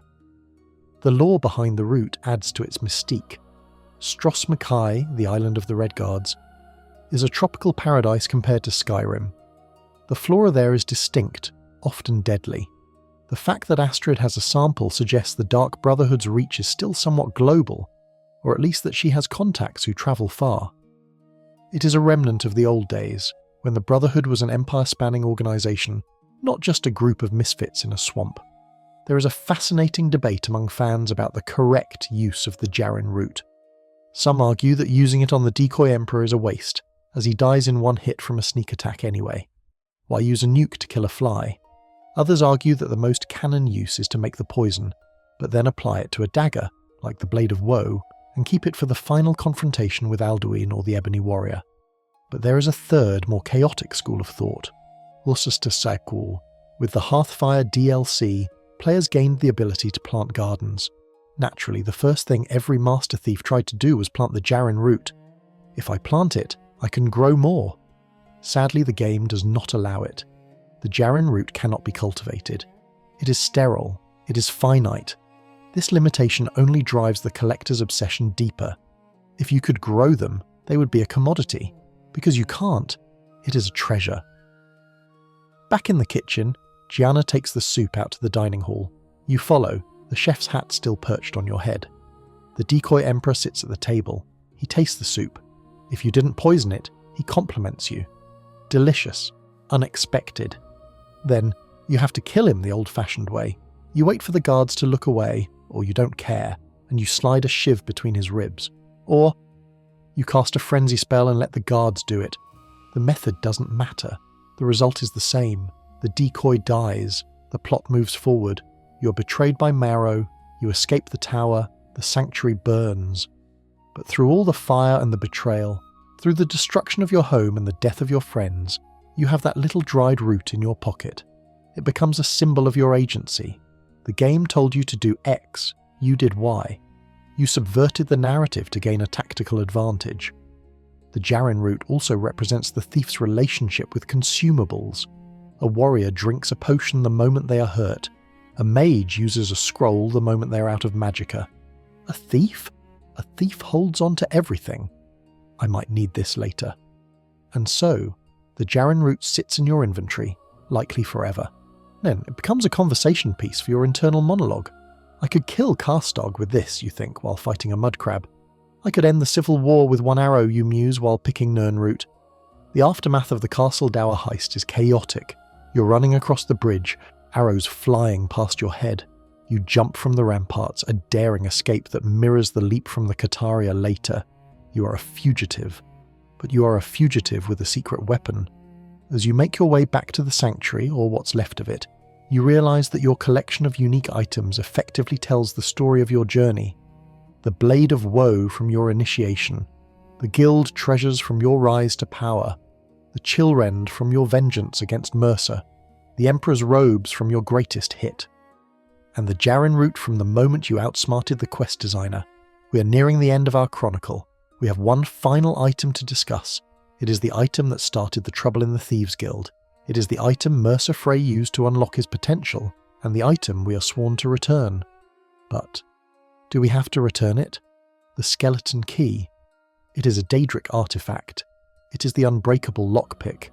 It is the key to every door, every chest, and metaphorically every limit in the human mind. The quest, Darkness Returns, asks us to take this key back to the Twilight Sepulchre and give it to Nocturnal.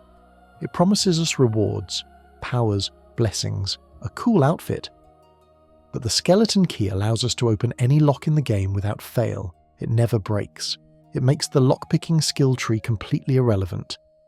The final test of a master thief is not whether they can steal the key, it is whether they have the willpower to keep it. We are heading to the Twilight Sepulchre, but we might just stop at the door. We have reached the end of the line. We have travelled from the rotting marshes of Yalmarch to the golden forests of the Rift, from the soaring heights of the Kataria to the crushing depths of Irkenthand. We have collected daggers that drink souls, statues that offend gods, and even the still-beating heart of a nature zombie. But there is one item left, one artifact that rules them all. We are standing at the entrance to the Twilight Sepulchre. It is a place of shadows and reverence, the holy site of the Nightingale Trinity. Carlia is waiting for us inside. The ghost of Gallus is waiting. The Daedric Prince Nocturnal is waiting. They all want one thing. They want the Skeleton Key. You have it in your pocket.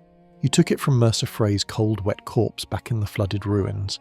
It doesn't look like much. A strange, skeletal device with a glowing blue gem at its head, looking more like an alien spinal column than a tool for opening doors. But you know what it can do. The quest, Darkness Returns, is very clear. To restore the favour of Nocturnal and bring luck back to the Thieves Guild, you must return the key to the Ebonmere. You must navigate the Pilgrim's Path, survive the shadows, and gently place the artifact back where it belongs. In exchange, you get a choice of 3 powers: Agent of Strife, Agent of Subterfuge, or Agent of Shadow. They are decent powers. One drains health, one makes people fight each other, one makes you invisible. But let's be honest, none of those powers are as good as an unbreakable lockpick. The ultimate heist in Skyrim isn't stealing an item from an NPC, it is stealing an item from the narrative itself. It is refusing to finish the quest. It is looking at the game designers, looking at the quest marker that says return the Skeleton Key and saying, no, I don't think I will. By keeping the key, you break the rules of the lockpicking minigame entirely. Here is a core in-game fact that changes the way you play. The Skeleton Key acts as a lockpick that never breaks. Ever. It effectively removes the failure state from opening locks. You can force a master level lock simply by jamming the key in and turning it until it works. You don't need perks, you don't need skill, you just need the key. It turns every locked door, every chest, every display case into an open container. It is the ultimate quality of life upgrade. But the lore implications of keeping it are staggering. According to obscure texts and dialogue from Carlia, The Skeleton Key does not just unlock physical doors, it unlocks potential. It unlocks metaphysical barriers. This is how Mercer Frey was able to do things that seemed impossible, like bringing down the tower in the Snowvale Sanctum, or hiding from the other Nightingales. He wasn't just using it to open chests, he was using it to unlock his own limitations. He was hacking reality. By keeping the key, you are essentially wielding a tool of creation. You're holding a piece of a Daedric prince's power. Nocturnal is the mistress of mystery and the unknown. The key is her way of interacting with the world, of opening what should be closed. When you hold it, you are holding the concept of access. There is a prevalent fan theory that the curse of bad luck mentioned by the guild is entirely psychosomatic. Delvin and Vex complain about jobs going wrong, about shadows slipping away, but mechanically, the guild functions fine without the key. The shops still upgrade. The fences still have gold. The only thing that suffers is the belief in luck. So, if the Dragonborn keeps the key, are they actually dooming the guild? Or are they simply proving that a master thief makes their own luck? Imagine the scene. You are standing outside the sepulchre. The wind is howling through the pine trees.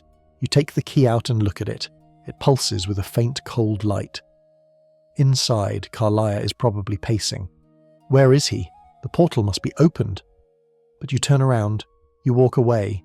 You take the key to every dungeon in Skyrim. You use it to open the display cases in the Archmage's quarters. You use it to crack the safes in the Jarl's longhouses. You use it to open the tiny novice-level chest in a bandit camp that contains 3 gold coins and a carrot, just because you can. The irony is delicious. The entire Thieves Guild quest line is about restoring the balance, about serving Nocturnal, but the most thief-like thing you can possibly do is betray Nocturnal and keep her stuff. Mercer Frey was a villain because he killed Gallus and stole from the guild treasury. But was he wrong about the key? He understood its power. He just lacked the vision to use it for anything other than petty greed. You, however, use it for everything. Keeping the Skeleton Key is the final act of defiance. It is the moment you decide that your personal convenience is more important than the religious dogma of a Daedric cult. It is the moment you decide that you are not a Nightingale. A servant of the dark. You are a Dragonborn, a force of nature, and you do not give up power once you have acquired it. Of course, you can always return it later. Maybe after you have leveled your lockpicking to 100. Maybe after you have looted every ruin in the game. The Ebonmere isn't going anywhere. Nocturnal is immortal. She can wait. But for now, the key stays in your pocket. As you walk away from the Twilight Sepulchre, the shadows seem to lengthen. Is it Nocturnal's displeasure, or just the setting sun? It doesn't matter. You have the Skeleton Key. The world is open to you. We have built a collection that rivals the hoard of any dragon. We have the Blade of Woe, the Chillrend, the Emperor's Robes, the left eye of the Falmer, the bust of the Grey Fox, and now the Skeleton Key. We have stolen from the living, the dead, or the divine, and the narrative itself. We have mastered the art of the steel. And as the moon rises over the rift, casting a silver glow on the golden leaves, you realise that the true treasure wasn't the gold or the items. It was the thrill, the moment of holding your breath, the click of the tumbler, the silence before the escape, but the items are pretty nice too, so keep the key. Let the guild grumble about bad luck. You have the ultimate tool. You have the ultimate collection. You're the greatest thief Skyrim has ever seen, and you have the inventory to prove it. And so, the inventory is full. The weight of our journey settles comfortably on our shoulders, not as a burden, but as a collection of memories forged in shadow and silence. We have walked the length and breadth of Skyrim, from the salt spray of the northern coasts to the golden warmth of the autumn forests. We have visited the homes of kings and the hovels of witches, leaving each place a little lighter than we found it. Take a moment now to visualize your pack. It is heavy with the spoils of our adventure. The cool glass of the Honingbrew decanter clinking softly against the golden curves of the Dibella statue. The hum of the Skeleton Key resonating with the ancient magic of the Dwemer puzzle cube. Each item is a story, a moment where the world looked away, and we reached out to take what was ours. Let the adrenaline of the heist fade. The guards have stopped searching. The bounties have been paid or forgotten. The shadows that once hid us now wrap around us like a warm blanket, safe and familiar. There are no more locks to pick tonight. No more patrols to dodge. The world is static, waiting for our return, but for now it can wait. The fire in the hearth has burned down to glowing embers, casting a soft rhythmic light on the stone walls. The sound of the wind outside is distant, a reminder of the cold we have left behind. Here, in the quiet of the sanctuary, there is only peace. Close your eyes. Let the darkness of the room merge with the darkness of the void, not as a frightening emptiness, but as a velvet embrace. You are safe, you are hidden, and you are very, very rich. Sweet dreams.